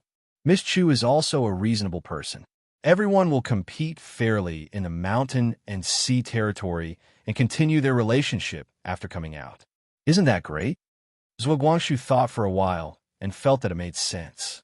Jiang Wang said seriously, Later, we'll find a chance to let Yilan show her strength. We're definitely no match for a Shenzhou cultivator, but if we can deal with her in advance, and with the special environment of the mountain and sea territory, we might be able to make her suffer. This is a gathering of friends. So Guangxu said weakly, We're all here to welcome you. Jiang Wang was about to say something about fighting for first place and not being bound by emotions. So Guangxu continued, Moreover, after breaking the lifespan limit, you can't enter the mountain and sea territory. So, Yilan won't participate. Oh, I see. Jiang Wang touched his chin and said, What about Chu Yuji? How strong is he? I'll test his strength later. When he participated in the Yellow River Gathering, he learned a little about Chu Yuji. He knew that he was a cultivator born in the army, and that he also fought for his future. However, he wasn't as lucky as Wang Yiwu, who couldn't become a disciple of a war god. But that was all he knew. He didn't know Chu Yuji's specific strength, especially now that it was already the year 3920 of the Taoist calendar. He should be different from before. In the end, he still needed to test his strength with a sword. Don't test it, Zhuo Guangxu said weakly. We're all friends. He started to regret accepting Chu Shunhua's invitation. Why was Brother Jiang so aggressive? Was he trying to make him leave his wife and friends? Jiang Wang said to himself, I don't know how strong Chu Shanhua is. You said that she hid her trump card when she fought with North Xiang? Tell me, what is her trump card? Let me think about how to deal with. We're just having a meal. Okay. Zhuo Guangshu interrupted him forcefully. The food at Yellow Millet Terrace is the best. His words finally made Jiang Wang restrain his fighting spirit. How good is it? Zhuo Guangshu was also happy to divert Brother Zhang's attention. He explained enthusiastically, a table of dishes is full of ups, downs, sorrows, and spicy flavors. There are such dishes? Jiang Wang was interested. Do they allow takeout? Zhuo Guangshu said, generally speaking, they can only be eaten in the restaurant. But it's not impossible because it's the Chu family's business. Jiang Wang nodded and patted Zhuo Guangshu's shoulder. Good. Zhuo Guangshu was a little flattered. He didn't know whether this brute meant Yellow Millet Terrace or the Chu family was good. He said carefully, then don't do anything later, okay? If you accidentally smash the restaurant, Chu Shanhua will be embarrassed.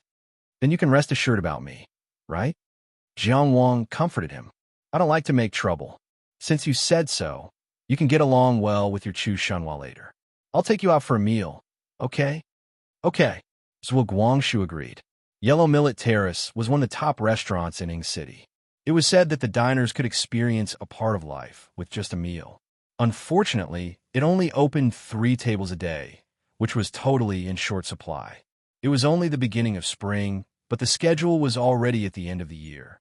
But since Chu Shanhua hosted the banquet, there would be seats. Yellow Millet Terrace specially opened another table to entertain distinguished guests today. Jiang Wang followed Zhuo Guangshu out of the carriage and saw a high platform rising from the ground. It was surrounded by stone walls and covered a large area. They couldn't see the end of it. The carriage stopped in front of the stone steps. Zhuo Guangshu walked in front to lead the way. Jiang Wang looked left and right, sizing up the environment around Yellow Millet Terrace. There were many shops and pedestrians. It was a bustling place. As they walked up the stairs, they saw an antique door. In front of the door, a group of people happened to be walking in. One of them heard the noise and looked back. When he saw Zhuo Guangshu, who was wearing a luxurious robe, he laughed. I was wondering who it was. Isn't this the child of the Zhuo family? This person had double pupils and was tall and mighty. He laughed wildly. The friends who were with him all laughed. Of course, he got what he wanted. He saw Zhuo Guangshu's face turn red. But then a clear voice sounded. A figure in a green robe, holding a sword, walked up the stone steps step by step. He looked askance at Xiang Bei. His eyes were even more arrogant, disdainful, and conceited. I was wondering who it was. Isn't this my defeated opponent? North Xiang's wild laughter stopped abruptly. Of course, he recognized Jiang Wang. Of course, he would never forget this figure for the rest of his life. It was this person who, on the river viewing platform, pressed a flame flower on his face in front of the 6 emperors and the people of Tianjiao, ended his battle of the Yellow River. North Xiang stopped laughing. His friends also stopped laughing. However, Jiang Wang didn't want to let him go. He continued to walk forward. Are you outside the pavilion now? Do you have the courage to fight again? Why wouldn't I dare? North Xiang was so arrogant. Of course, he couldn't stand this. Ignoring his friend's attempts to stop him, he strode forward. Although I'm not outside the pavilion, I'll show you the bravery of the Xiang family's men. He opened his hand, and the unparalleled halberd leaped into the air. With the antique door of Yellow Millet Terrace as the background, the mighty and majestic North Xiang leaped into the air. Facing an opponent who had crushed him head-on, he still took the initiative to attack without holding back. From this, one could see how courageous and fierce he was. Black smoke twisted around his face. His eyes were completely covered by black ghost tattoos. His muscles, which were already extremely strong, swelled up once again. His entire body grew to more than 3 meters tall. It had been half a year since the Battle of the Yellow River. North Xiang was no longer the North Xiang of the past. With the tyrannical body of seizing thieves, he held the unparalleled halberd and smashed it down furiously. The air became extremely heavy, and his elemental energy intertwined like a swamp, as if he wanted to smash the world. Who wouldn't be afraid? Who wouldn't be frightened? North Xiang's friends subconsciously scattered to the side. However, facing such a powerful young man, who was wearing a green robe, was the Battle of the Yellow River in the year 3919 of the Taoist calendar. He was the man who had crushed North Xiang head-on. 1, 2, 3. A total of 5 blazing white light sources lit up on his chest and abdomen. In an instant, his entire body was covered by the dazzling light of the divine ability. In the dazzling light of the divine ability, a long sword with a sheath was raised by a clean and powerful hand. The sheath supported the sky. Clang! Jiang Wang raised the sword with his left hand. In the state of the heavenly palace physique, he blocked North Xiang's halberd with the sheath. The sheath, which was made of divine dragon wood, blocked the crescent blade. Separated by the murderous black smoke of the tyrannical body of seizing thieves, a pair of calm eyes looked at the pair of double pupils covered by ghost tattoos. Since you haven't entered the outer tower, I've also entered the outer tower. Jiang Wang said this. He said that he wouldn't take advantage of North Xiang and that he wanted to convince North Xiang. Then he rose up. He forcibly resisted North Xiang, who was in the state of the tyrannical body of seizing thieves, and actually pushed him high into the sky. After experiencing the 5 divine ability light and the starlight body tempering, the situation of the physical strength of both sides had long been reversed. The tyrannical body of seizing thieves is a supernatural power of physical strength. In the outer tower, even if Jiang Wang has one more layer of the light of the 5 supernatural powers to temper his body and he is still in the state of Qianfu physique, North Xiang is still in the lead in terms of physical strength. However, he only had the inner palace physique. Therefore, he retreated. Under the horrified gazes of his friends, he retreated in the air again and again. He rose higher and higher. Unlike his friends, who were shocked. Although North Xiang could no longer occupy the upper hand in terms of strength, which he was proud of, he still didn't have a trace of fear. How could he not know Jiang Qingyang's strength? How could he not pay attention to Jiang Qingyang's battle results? However, he still wouldn't give in. He still wanted to fight and win. How could the Xiang family retreat again? In his mind, a picture scroll was unfolded. The scroll was wrapped with dragon tattoos, and the scroll was drawn with demonic tattoos. On the demonic dragon weapon drill painting, which had been sublimated to the limit of this realm, Jiang Wang was clearly presented. From different angles and on different levels, Jiang Wang was presented in a completely different way. This was a man who was more powerful the more one understood him. The more one fought with him, the more one was amazed. That kind of innate fighting talent, when displayed in battle, was an unparalleled sense of oppression. It was like water, ever-changing. Like air, everywhere. Where was his weakness? The demonic dragon weapon drill painting flashed with a clear light. In that moment of opportunity, he saw it. North Xiang's hand tightened, and the tip of the halberd lit up with a green light that represented the green blade divine ability. The veins on his arm bulged like dragons and snakes, and the Tao energy in his body was boiling, surging with his blood and roaring together.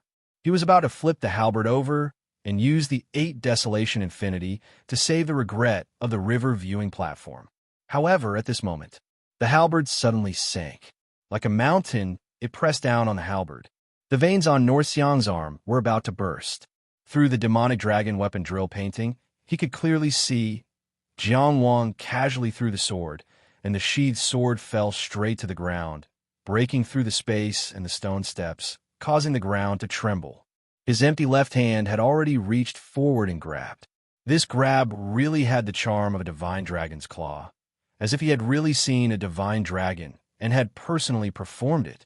The divine dragon's claw reached out of the clouds and grabbed the halberd. This was the origin of the mountain-like pressure. North Xiang's 8 Desolation Infinity halberd was suppressed just like this. The timing was so clever and precise that he suspected whether the other party also had the demonic dragon weapon drill painting. Last time, Was it not just the painting of the single rider breaking formation? The terrifying smoke of the tyrannical body of seizing thieves kept rising, constantly attacking the opponent, but could not do anything to the protection of the 5 divine abilities. He had already exploded all his physical strength in an instant, but he could not shake that firm hand. That person was holding his halberd like it was a sword. The unparalleled halberd itself was also constantly exploding with power. Those were extremely minute collisions of power, but not a single one of them succeeded. This famous weapon that Xiang Longxiang had in his hand was firmly grasped by Jiang Wang. Even when they fought on the river viewing platform last time, such a thing had never happened. The gap between them had been widened. The two sides of the battle, and Zhou Guangshu, who was watching the battle, clearly recognized this point. And those friends of North Xiang's who were traveling with him were already stunned. Since when had North Xiang, who was valiant for a time, been suppressed by his peers to such an extent that he could not even hold his weapon? Those who heard the commotion and quickly rushed over only saw that in the sky above the yellow millet platform, North Xiang, who was more than 10 feet tall and surrounded by black smoke, was holding the halberd with both hands, showing an incomparably violent and powerful posture. And Jiang Wang, who was dressed in a green robe and surrounded by the light of the divine palace, only used one hand to hold the halberd shaft. Just like that, they were in a stalemate in midair, as if they were frozen. That majestic and burly figure surrounded by ghost fog was like a demon. That person with the 5 palaces rotating and the light of the divine palace surrounding him was like a god. This scene, which was like a confrontation between a god and a demon, made the spectators uncontrollably excited. They felt that they were evenly matched. Unfortunately, being evenly matched was just an illusion. Jiang Wang quickly tore apart this illusion. He pulled with one hand and pulled down North Xiang along with his halberd. The two were already facing each other. The god and demon were already close. Jiang Wang, who was in the state of the divine palace, was simply peerless. Who could stop him? He directly slapped North Xiang, and in front of his palm, a wisp of wind swirled into a cold and long nail. A terrifying shriek suddenly sounded, but it was restrained in front of the yellow millet platform's door. At such a moment, Jiang Wang still had the leisure to control his voice, and this killing nail instantly pierced through the protective smoke and North Xiang's unstoppable defense. What kind of killing nail was this?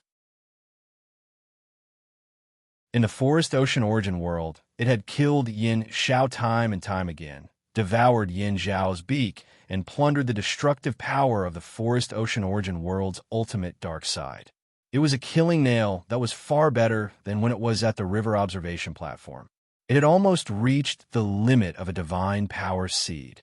It came with a murderous intent that could annihilate everything. It hovered in front of North Xiang's throat. As long as it took another step, it would be enough to break North Xiang's divine palace and kill him completely. None of the people present could save him. No one dared to shake Jiang Wang's mood at this moment. As long as he gently pushed his hand forward, North Xiang would no longer exist in this world. For a moment, everyone was silent. Only the senseless wind was still blowing on the platform. Jiang Wang put away the killing nail with a flip of his hand and smiled. Today, Guangshu and I came to attend the banquet. It's not a good time to kill people. His left hand, which was wrapped in divine ability light and firmly holding the halberd, loosened. His green robe fluttered as he landed gracefully. The 5 balls of divine ability light on his chest and abdomen were extinguished one by one.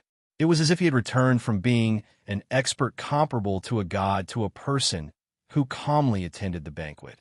Between his movements, he was extremely elegant, and North Xiang remained in the air, dazed. His knotted muscles were still full of strength. The unparalleled halberd was still sharp and undamaged. Ghost fog still rose from his body. But he lost cleanly and without any suspense. In this battle, Jiang Wang did not use Xing Lu or his outer building strength. Even the sword he relied on to become famous was not unsheathed. Good, very good. Among North Xiang's friends, a man in martial attire stood out. He pointed at Jiang Wang and said angrily, "You Chi man, how dare you be so presumptuous in Chu and arrogant in Ing City? Do you think there's no one in Chu?" This was a heart-wrenching argument. If Jiang Wang was not careful, he would be attacked by all the heroes in Chu. But at this moment, Duke Zhuo stood out. "This is not a problem between Qi and Chu. It's a problem between me and North Xiang. Even if North Xiang wants to, you could say it's a problem between the Zhuo family and the Xiang family." Zhuo Guangxu stepped forward and stared at him fiercely. "What's your problem?" This young man, who was still young and shy in Jiang Wang's eyes, finally reminded people of his noble status. He even stepped forward and stared at that man aggressively.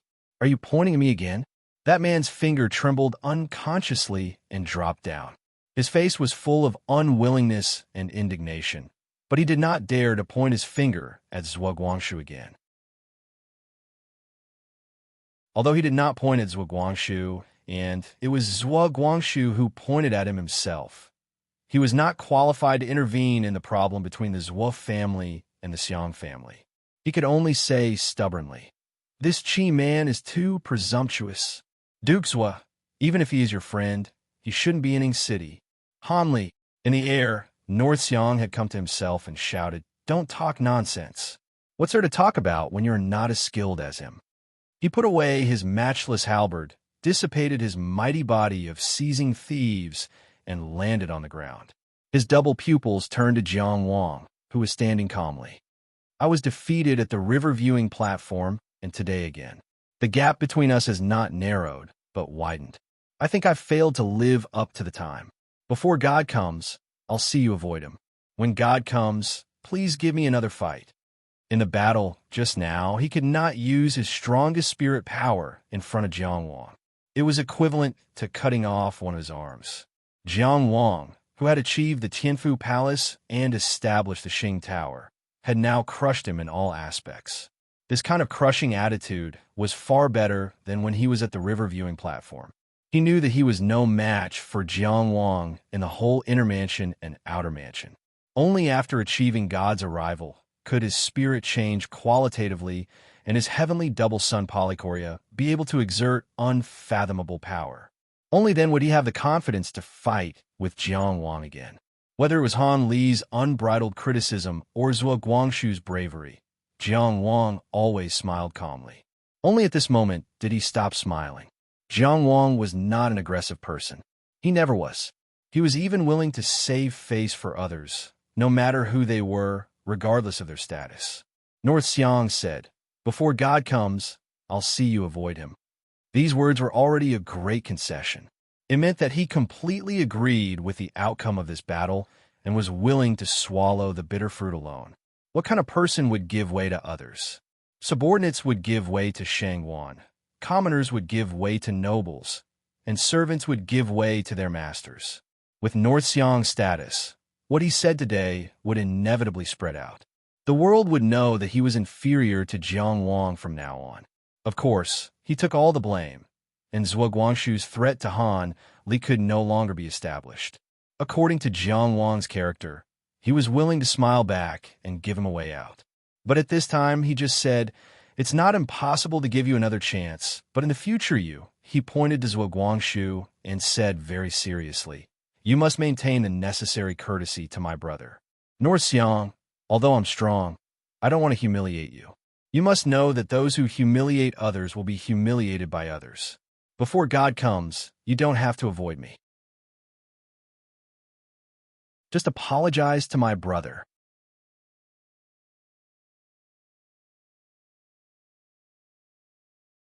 Chapter 14:12. In front of the Golden Millet stage, everyone is silent. With Xiang Bei's arrogant and brave character, will he apologize? After the battle, he was crushed without any suspense. Bowing to Jiang Wang is bowing to the strong and acknowledging the result of defeat. In essence, it is still an attitude of the fist is the truth. But in terms of fist, Xiang Bei is now stronger than Zhuo Guangxu. Will he be willing to apologize to Zhuo Guangxu?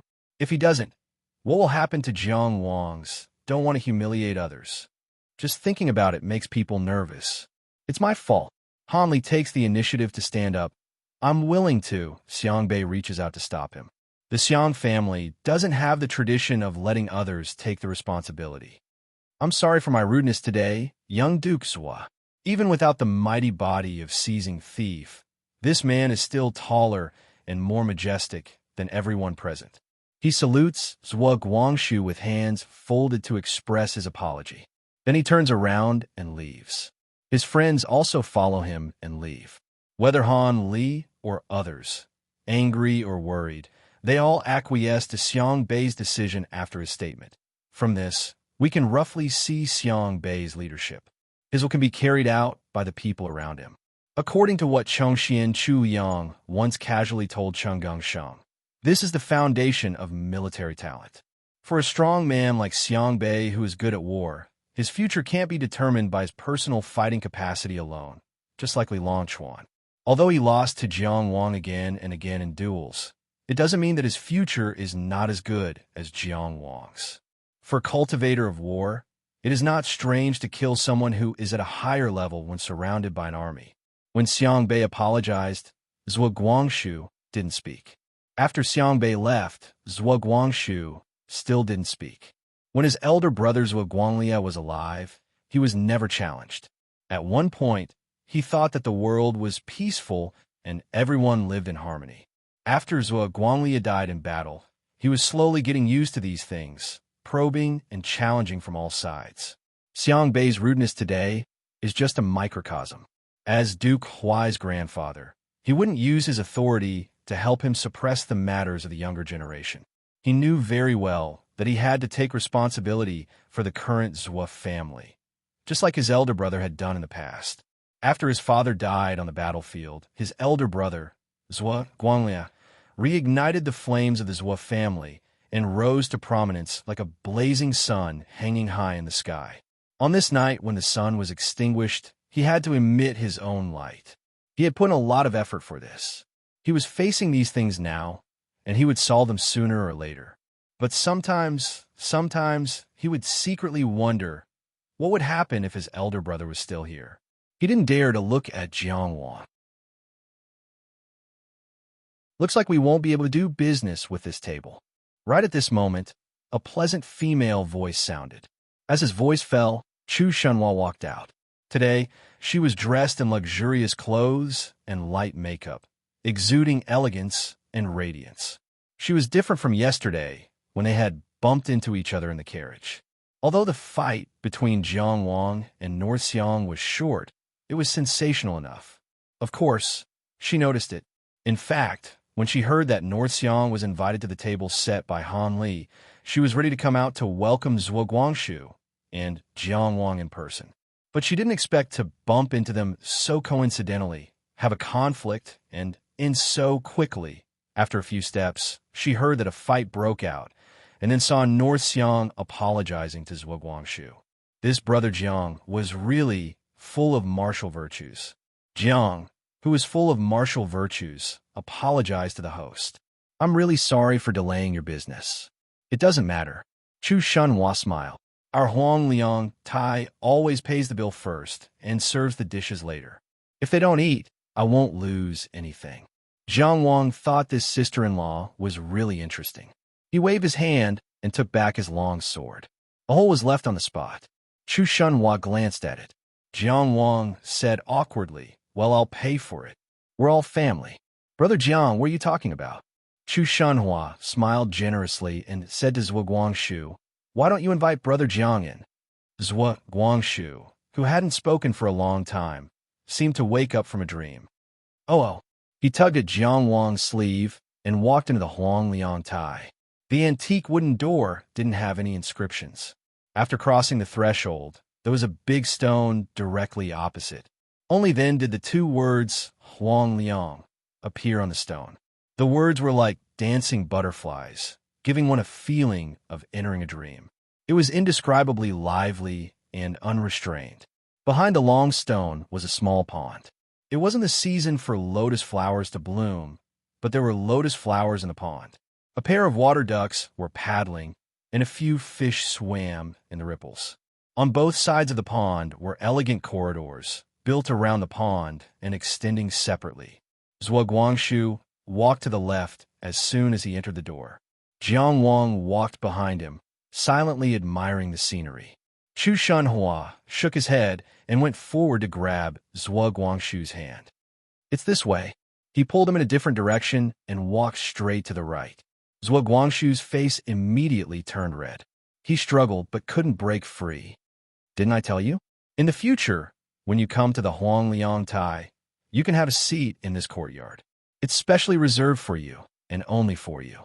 Why are you still walking around?" I forgot. What do you remember?" Chu Shunhua complained. Then he thought of Jiang Wang and immediately let go of his hand. He turned around and smiled like a flower. "Brother Jiang, come with us." "Oh, okay," Jiang Wang replied. Zhuo Guangxu deliberately stopped for a moment. He waited for Jiang Wang to walk over and walk side by side with them before continuing to walk forward. The three of them walked side by side along the long corridor. Although Zhuo Guangxu didn't talk much, and Chu Shunhua took good care of this brother Jiang, and threw out a topic from time to time. But Lord Jiang still felt very strongly that he was superfluous, although the two young people didn't have any private words. But each other's eyes intertwined, a collision as they walked, and a knowing smile. Infinite tacit understanding flowed. Jiang Wang was clearly walking with them, but he seemed to be isolated in another world. It must be an illusion. How could he have such an illusion?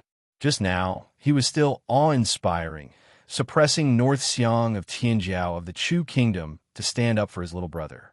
"I'm Baqi's young goat. How can I be superfluous? I'm today's guest of honor." Cough. Jiang Wang looked left and right, trying to find a topic. "Your Golden Millet Terrace is so big, but you only open 3 tables a day?" Zhuo Guangxu walked in the middle, and Jiang Wang walked on the left, close to the pond. Chu Shunhua walked on the right, on the other side. Her gaze first swept across Zhuo Guangxu's face, and then she explained to Brother Jiang, "Our Golden Millet Dream only has one head chef, and the other chefs are all assistants. We're already too busy to open 3 tables a day. Moreover, pigs, dogs, cows, sheep, chickens, ducks, geese, fish, vegetables, fruits, all the ingredients are grown and raised by our own family. They're all in this Golden Millet Terrace, and many of the environments need to be controlled by arrays.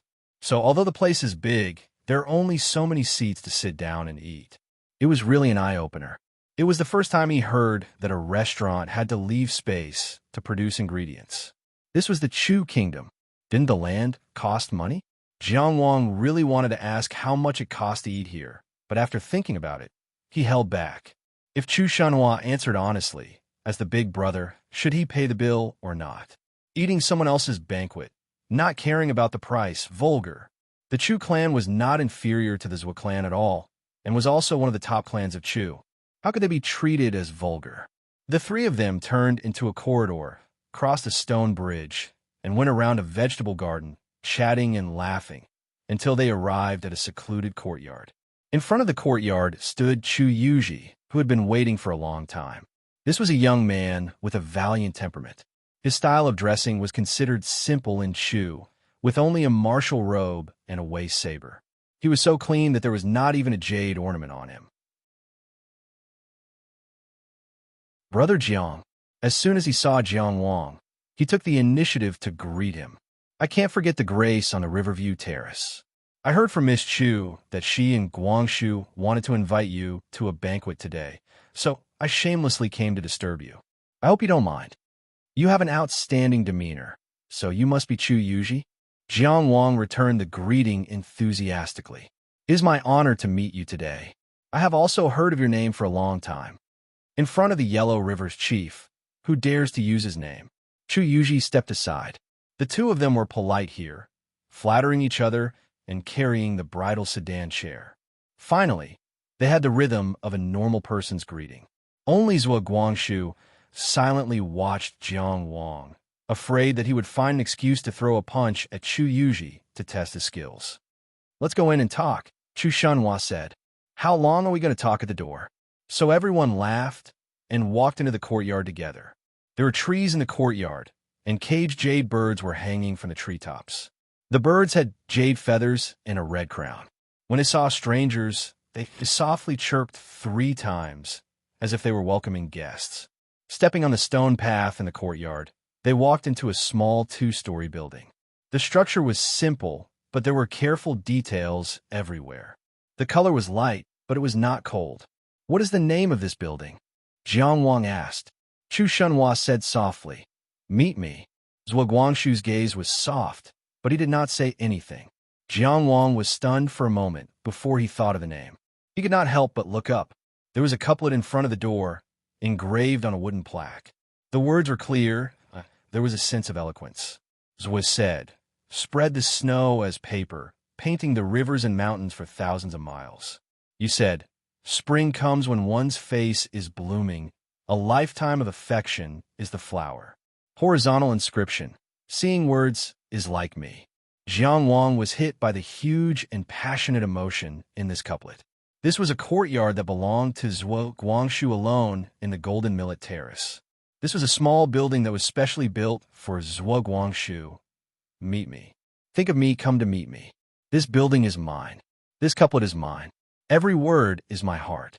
The romance of the children of Chu is in this couplet, in this building. Guangshu, this marriage, Big Brother will agree on your behalf. The betrothal gifts, the wedding ceremony, and the birth of a child. Immediately, Jiang Wang looked at Zhuo Guangshu with the deep affection of an old father. Zhuo Guangshu felt very uncomfortable. He thought for a moment, and very considerate of his big brother's face, he transmitted his voice. "Which word do you not recognize?" Jiang Wang gritted his teeth and walked in. He wanted to take out the historical sword chiseling the sea from a storage box and throw it in front of Zhuo Guangshu one by one, to let this kid see Big Brother Zhang's knowledge. But after all, his sister-in-law was still beside him. As little Guangshu's maternal family, he had to be elegant, stylish, and able to support the situation. So the group entered the building. The layout of this Meet Me building was exquisite. The hall on the first floor was very spacious, without any extra decorations, only murals painted on the 4 walls. The murals were of spring, summer, autumn, and winter, beautiful mountains and rivers. In the couplet, there was a line painting the rivers and mountains for thousands of miles. Jiang Wang looked left and right. In the romantic and exaggerated strokes, he saw passionate expressions. In the middle of the hall, there was a wooden spiral staircase, which led to the 2nd floor in a graceful manner. The group walked up the stairs and came to the actual dining area of this Meet Me building. The curtains on the 4 sides were tied up, and the view was very wide. Looking around here, one could almost see the entire scenery of the Yellow Millet Terrace. There were rippling lotus leaves, piles of fruits, flocks of chickens and ducks. A cool breeze blew, unrestrained. "What a good place," Jiang Wang praised. In the middle, there was a round table made of cold incense wood, and 5 chairs were evenly placed.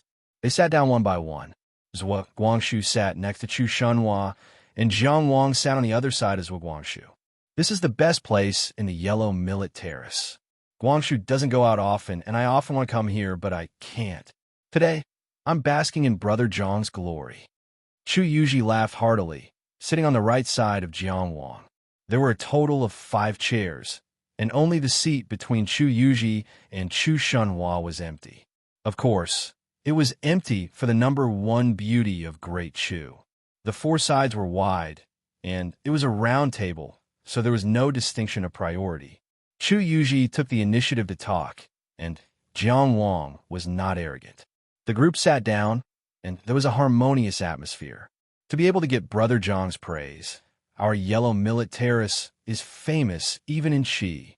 Chu Shunhua said with a smile, and then ordered the waiter standing quietly at the side, "Tell the kitchen to serve the dishes." Jiang Wang looked at the empty seat and couldn't help but ask, "Isn't there another person?" "Misty." Chu Shunhua smiled. "I told her the time, but she's always late, so I guess she'll be a little late today." Jiang Wang said politely out of basic courtesy, "Then there's no harm in waiting." Chu Shunhua waved his hand, indicating for the waiter to leave, and said to Jiang Wang, "Brother Jiang, you're the host today. How can we let you wait? She's late, and it's her own business, so let's treat her to some leftovers. Jiang Wang thought that Chu Shanhua and Yilan Er's friendship was very good, but he didn't say anything. After all, he didn't want to wait for others. He was willing to be polite, and because he was in Chu, he showed some elegance. No matter how many beauties you were, when it came to eating and drinking, the first one gets first. However, a voice, like the wind playing the strings of a zither, fell comfortably by the ear. Who wants to eat leftovers? When the voice first sounded, it was still downstairs, but when it fell, a beauty in a gorgeous dress had already appeared on the second floor.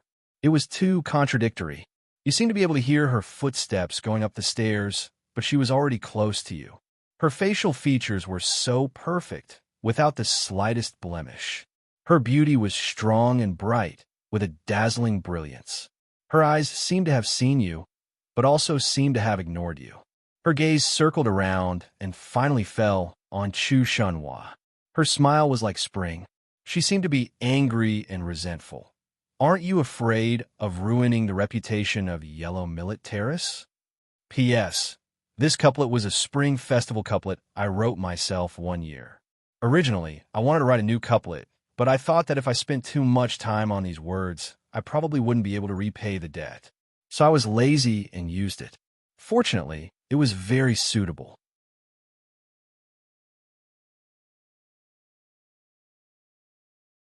Chapter 14:13. Chu Shanhua pointed to the empty seat next to him, motioning for Yilan to sit down. He smiled naturally and generously. No matter how bad the leftovers taste, can you still speak ill of me? If my golden millet terrace collapses, who'll take care of you? Yilan snorted. Let whoever wants to believe you. She looked at Jiang Wang. I came late because I had something to deal with. Prince Jiang, please forgive me. We also just arrived. Jiang Wang smiled slightly. Yilan took 2 more steps, but she did not sit on the empty seat. Instead, she looked at Chu Yuji and smiled at him. I prefer the position where General Chu sits. Sit in the northeast, look at the southwest, and look at the clouds and the wind. Who can refuse Miss Yi? Chu Yuji smiled and stood up with his chair. He changed seats with Yilan and helped her arrange the chair. Yilan thanked him and sat down slowly. She sat on the right side of Jiang Wang. Jiang Wang could almost smell a faint fragrance, but it only lingered for a while before dispersing, making him feel a sense of loss. But he just maintained a polite smile and nodded to this new customer. Yilan also smiled and nodded. As the host of this banquet, Chu Shanhua looked at Jiang Wang and then at Yilan and smiled. The rest of us already know each other. I don't think I need to introduce the two of you. You are both the best in the world. I think your hearts are connected. The best in the world. The most beautiful woman in the world. Of course, the best in the world was already in the outside world. The most beautiful woman was still in the Chu kingdom for the time being. At least if Jiang Wang were to judge, he would definitely not think that Yilan was the most beautiful woman in the world. Yilan glared at Chu Shanhua reproachfully. Young Master Zhang's battle record on the river viewing platform with his fists and kicks is the true #1 in the world. How am I the best in the world? It's a joke.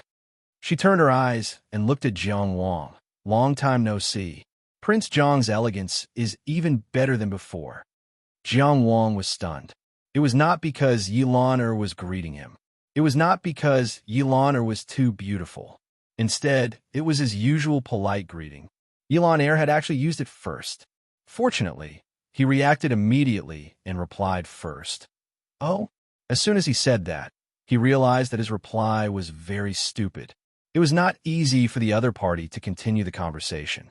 His mind raced as he tried to salvage the situation with a joking tone. Why don't you tell me about it? The smile on Yilan face froze for a moment. The words of the Yellow River chieftain were very different from his performance on the river viewing platform. It was a little too frivolous. Especially with that insincere smile, he had the temperament of an old man who had been in the brothel for a long time. Zhuo Guangxu probably felt embarrassed again and silently looked out of the window. Chu Shanhua had a good impression of Big Brother Jiang. He felt that Big Brother Jiang was just temporarily mesmerized by the beauty, so he lost his sense of propriety. Wasn't it normal for young people to be obsessed with beauty? Didn't little Guang Shu often speak incoherently in front of him? Therefore, he patted his horse and rushed over to save the situation. How can Big Brother Zhang's elegance be described in just a few words? The defeat of Xiang Bei on the river viewing platform, the battle with the Emperor of Hell, the decisive battle with the Yellow Shelly. Which of those weren't famous games? She looked at Jiang Wang and said very sincerely, "Later on, I also heard that Big Brother Jiang fought the 4 great demons alone and killed them all.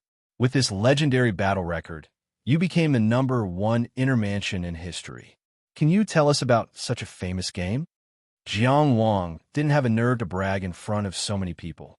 This wasn't the time to show off to an or Zhuo Guangshu in private. He felt even more embarrassed and said, "Well, a real man doesn't boast about his past achievements. Let's look back." After saying this, he said with some sincerity, "The intermansion stage is over. The light of the past can only stay in the past and can't shine in the stars." Well said. Chu Yuji didn't care about the undercurrent and said directly, "Don't let the clouds cover your eyes. I admire Brother Zhang's state." Yilon Air thought that this was true. If what Jiang Wang said was true, then the intermansion stage champion of the Yellow River would not be his final destination. While they were talking, 5 young girls, each holding an exquisite wooden box, walked up the stairs. When the wooden box was opened, there was a set of cutlery inside.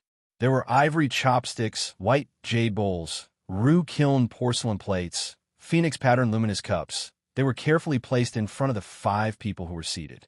Then, they stood behind the 5 people as maids, ready to serve the dishes. Immediately after, a waiter slowly walked up the stairs, holding a dragon boat-shaped jade basin, and approached the table.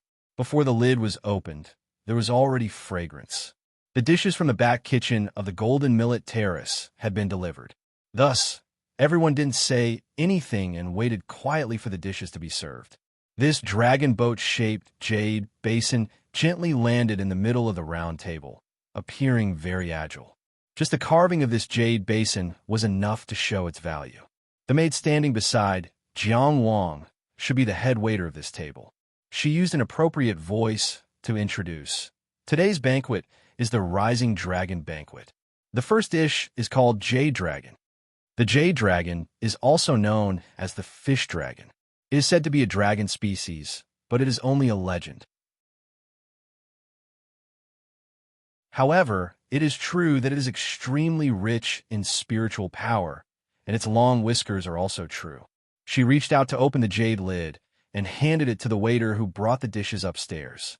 Speaking of which, before the lid was opened, the fragrance could already be smelled.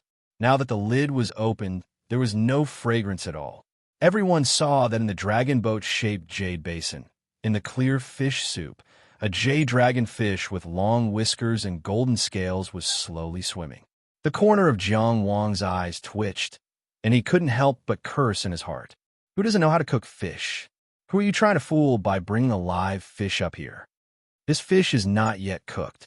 The maid beside him seemed to know what the guest was thinking, and softly introduced, "It is still swimming, but it is only its instincts that have been extracted, and not its life force." After saying that, she picked up a small jade hammer and lightly knocked on the fish's head. The fish skin with golden scales actually fell off and sank to the bottom of the soup, like a beauty gently undressing herself. Thus, the fresh and tender snow-white fish was exposed to everyone's sight. The fish skin had been shed, but the jade dragon was still swimming slowly along the previous trajectory. The maid scooped a small bowl of fish with a jade spoon and placed it in front of Jiang Wang. "Young master, please enjoy." The other maids also scooped fish for the guests who were serving them. Jiang Wang didn't care about the others. He scooped a spoonful and put it into his mouth. He only felt that it was smooth, tender, and fragrant. He couldn't help but swallow it. It turned out that all the fragrance was collected by the fish.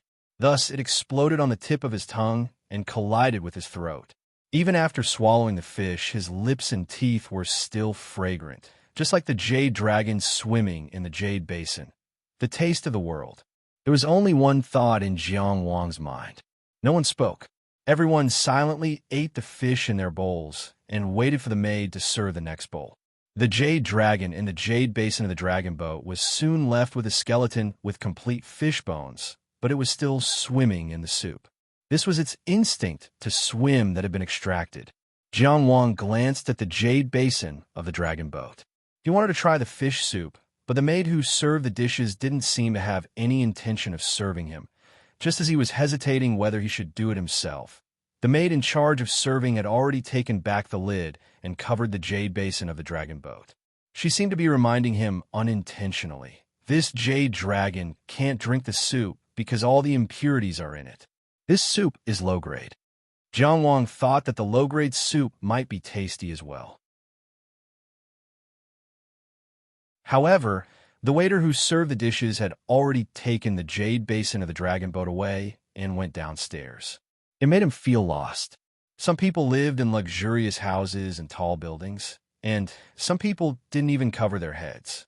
Some people were having fun, and some people were curled up. In this world, people were different. They were born different, saw different things, encountered different things, and sought different things. Their whole lives were different.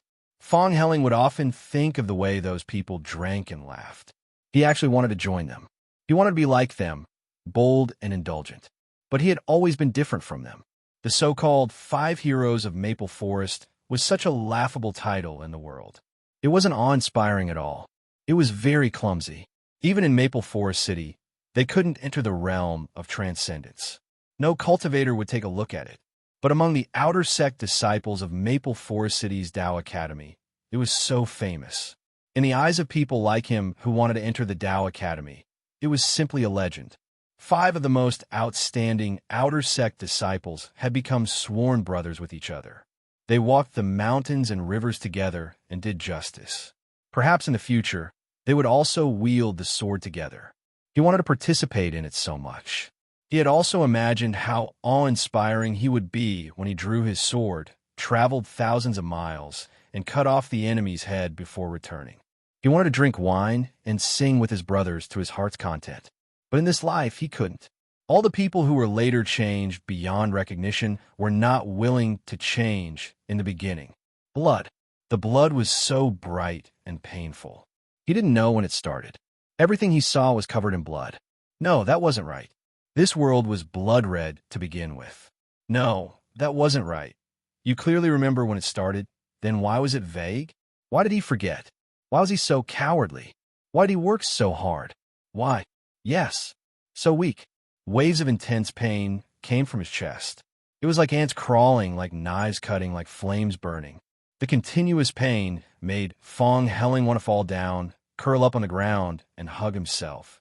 But he only stood silently with an expressionless face. In front of him was a high cliff. On the high cliff, there was a pine tree with deep roots. There was a person hanging on the pine tree. His hands were tied together and hung above his head. The rope was blood-colored. The other end of the rope was stuck into the branch, as if it was coexisting with the branch. This person's feet were also tied together. The blood-colored rope circled a few times and converged behind him. It was like 2 blood snakes that suddenly straightened and nailed into the high cliff. This person was fixed in the air just like that. He gritted his teeth and his eyes were wide open. His eyeballs protruded and the veins on his forehead bulged. At this time and place, it was actually very quiet. Only the wind was blowing. And Fong Helling, who stood silently, reached out his right hand and pierced through the chest of this person in front of him, pinching his heart. Hatred theurgy, spreading hatred with hatred and questioning with one's heart. Using pain to aggravate pain. This tortured and painful person in front of him didn't know that the abuser was in more pain than him. Of course, even if he knew, it wouldn't help him alleviate anything. Fong Helling had long been used to this degree of pain. He silently chewed on the information from this heart. Most of it was useless. Only 1 or 2 clues could be captured. It was like looking for crickets in the grass when he was young. This was easier than making the other party talk. The lifeless sex moon rabbit is at the rabbit face of the 12 bone faces, Fong Helling muttered to himself. His hand slowly clenched. His heart was slowly crushed just like that. The eyes of this person who was hung were still wide open, but the divine light had dissipated. His body was already necrotic. His soul might have dissipated just like that, or he might have gone to the so-called lifeless world. Who knows? Fong Helling pulled his hand back and lightly swung it. The blood on his hand splashed out, falling down the cliff in a graceful trajectory. He wasn't suited for the hatred theurgy. In fact, he didn't even have the talent to take it off. The Whitebone Path's blood restoration pill had already destroyed his foundation, although his foundation was basically mediocre. He was accidentally picked up in a dying state. After his meridians were destroyed, he was reconstructed. The Blood-Red Mansion in the Five Lords Sea was created by great power.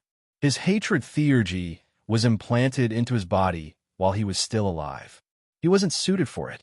The first demonic man had already determined that he wasn't suited for it. But what was suited for him? He was too mediocre, too useless, too useless. Even Yin Chunhui, who was at the peak of transcendent, didn't know what was suited for him.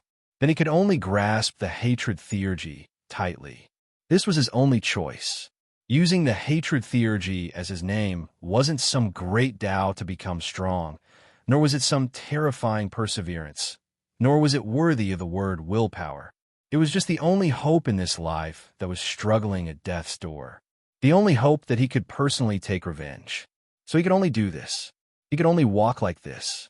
Even though every time he used the hatred theurgy, he would suffer greatly from the hatred theurgy. It was as if the theurgy seed itself had spirituality, unwilling to be controlled by a piece of trash like him. Even though the price of using this theurgy was so painful that he wanted to commit suicide. He wanted to give up countless times, wanted to collapse on the ground, wanted to cry bitterly. But he didn't. In this world, no one would cover for him. No one would hold his head and say, "Then prove it to me, my son." And no one would care about his tears.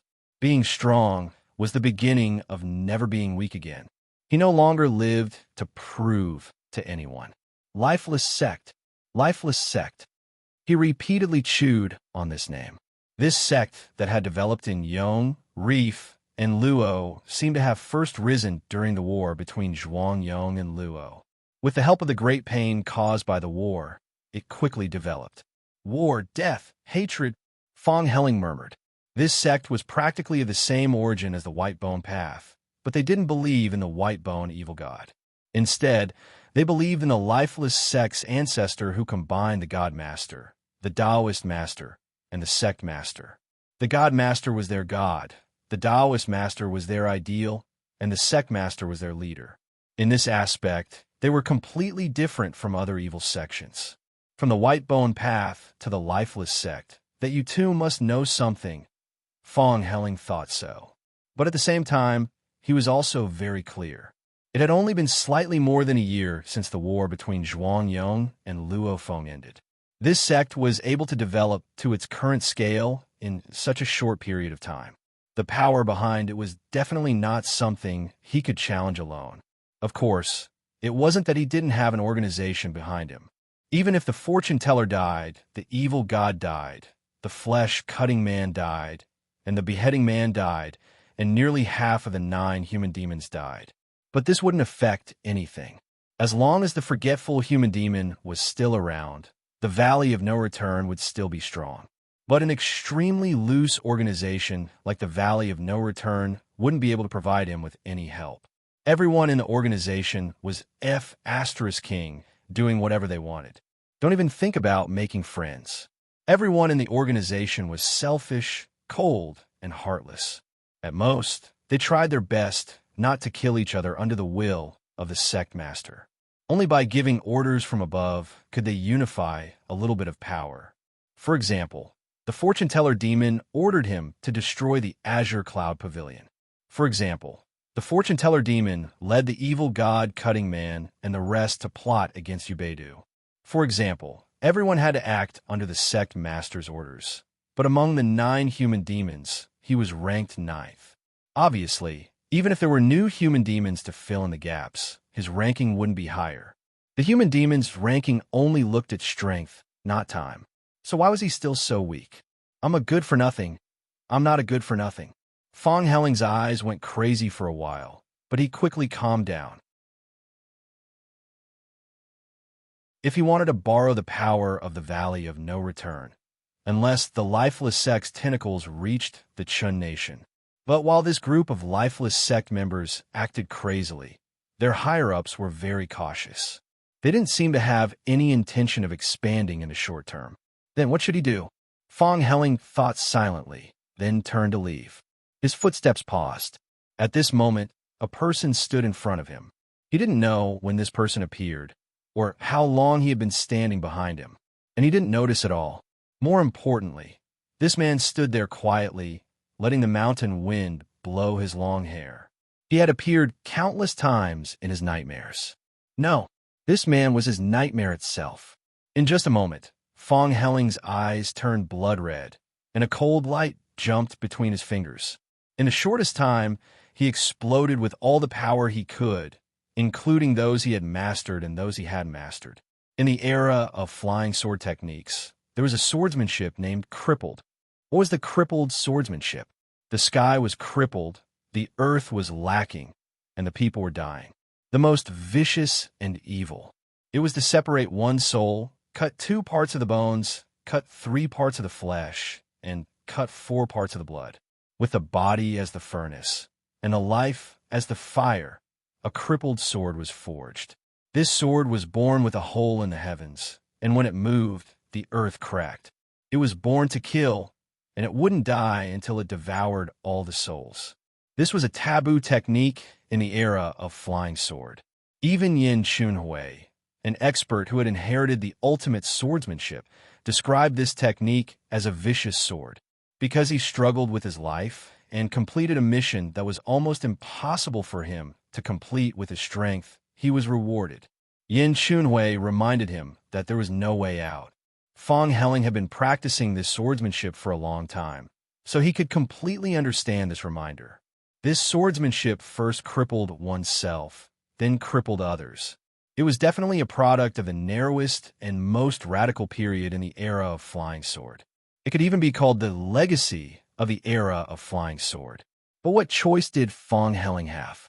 Not all the powerful techniques didn't pay so much attention to talent. Even if Yin Chunhui was willing to teach him the selfless swordsmanship, which stood at the peak of the era of flying sword, would he have the talent to learn it? Fong Helling had told himself more than once that the crippled sword technique couldn't be used easily. He was very clear about the danger of this swordsmanship. But the moment he saw this man with drooping hair, he had already activated the Abijna and pulled out the dagger. His body was like a sheath, and a fierce sword cry resounded. He was struggling at death's door for the rest of his life, just to live for this person. At this moment, Zhang Linchuan,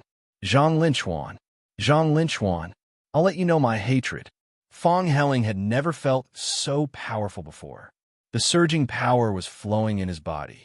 It was as if the world was trembling. The intense pain of activating the divine power in his heart had become a different kind of motivation.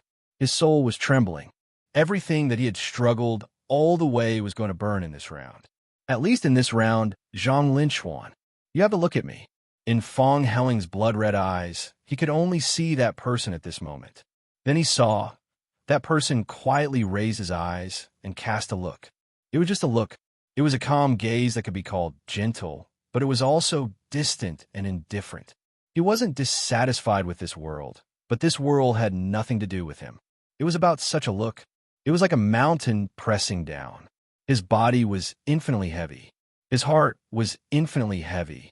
Fong Helling felt as if he was falling into an infinite abyss. He was falling forever. There was no place where he could borrow strength. He couldn't see any possibility of stopping his fall. The sharp and ferocious sword cry in his body suddenly stopped. It was clearly such a powerful force, but it couldn't echo. The power that was already boiling in his body was actually frozen and couldn't continue to rush out. It was laughably motionless in the range of explosion and annihilation. The part of his soul Bone, flesh, and blood that had been separated stopped at the separation step in embarrassment. If he took a step back, this sword would disappear. How could he be willing? If he took a step forward, this sword would be forged, but he couldn't kill it. Fong Helling could clearly feel that his body was sealed by an invisible force. That feeling, it was as if all the pores on his body were blocked. His skin itself had become a prison cell. His own body had formed a completely sealed space, trapping all the power of his remnant sword technique inside. This caused him to be unable to leave his body, even though he was clearly putting his life on the line and doing everything he could. His body was still charging forward, but his strongest trump card was still trapped in his body. He was like a swordsman who had already charged at the enemy and was ready to fight to the death. But his sword was in the sheath and couldn't be pulled out. What kind of power was this? What kind of gap was this? He knew that he had been defeated, but he didn't even know how he was suppressed. Once the thought of despair was born, it couldn't be stopped and grew infinitely. He had experienced this kind of despair before. Was this Zhang Linchuan? Was this Zhang Linchuan? Fong Helling vaguely remembered that in the violent lightning, the city lord of Maplewood City, Wei Qiuji, fell from the sky, and the man who was illuminated by the lightning calmly put on the white bone mask. He would never forget that at that time, he was inspired by that kind of power and admired that kind of cold power, and it was precisely this kind of cold power that exploded with a ball of lightning and took away his father, the charred corpse that fell countless times in front of him. He could never forget. You're tuning into the Warrior Lore YouTube channel. Don't forget to subscribe and join us on this journey to catch the most captivating stories.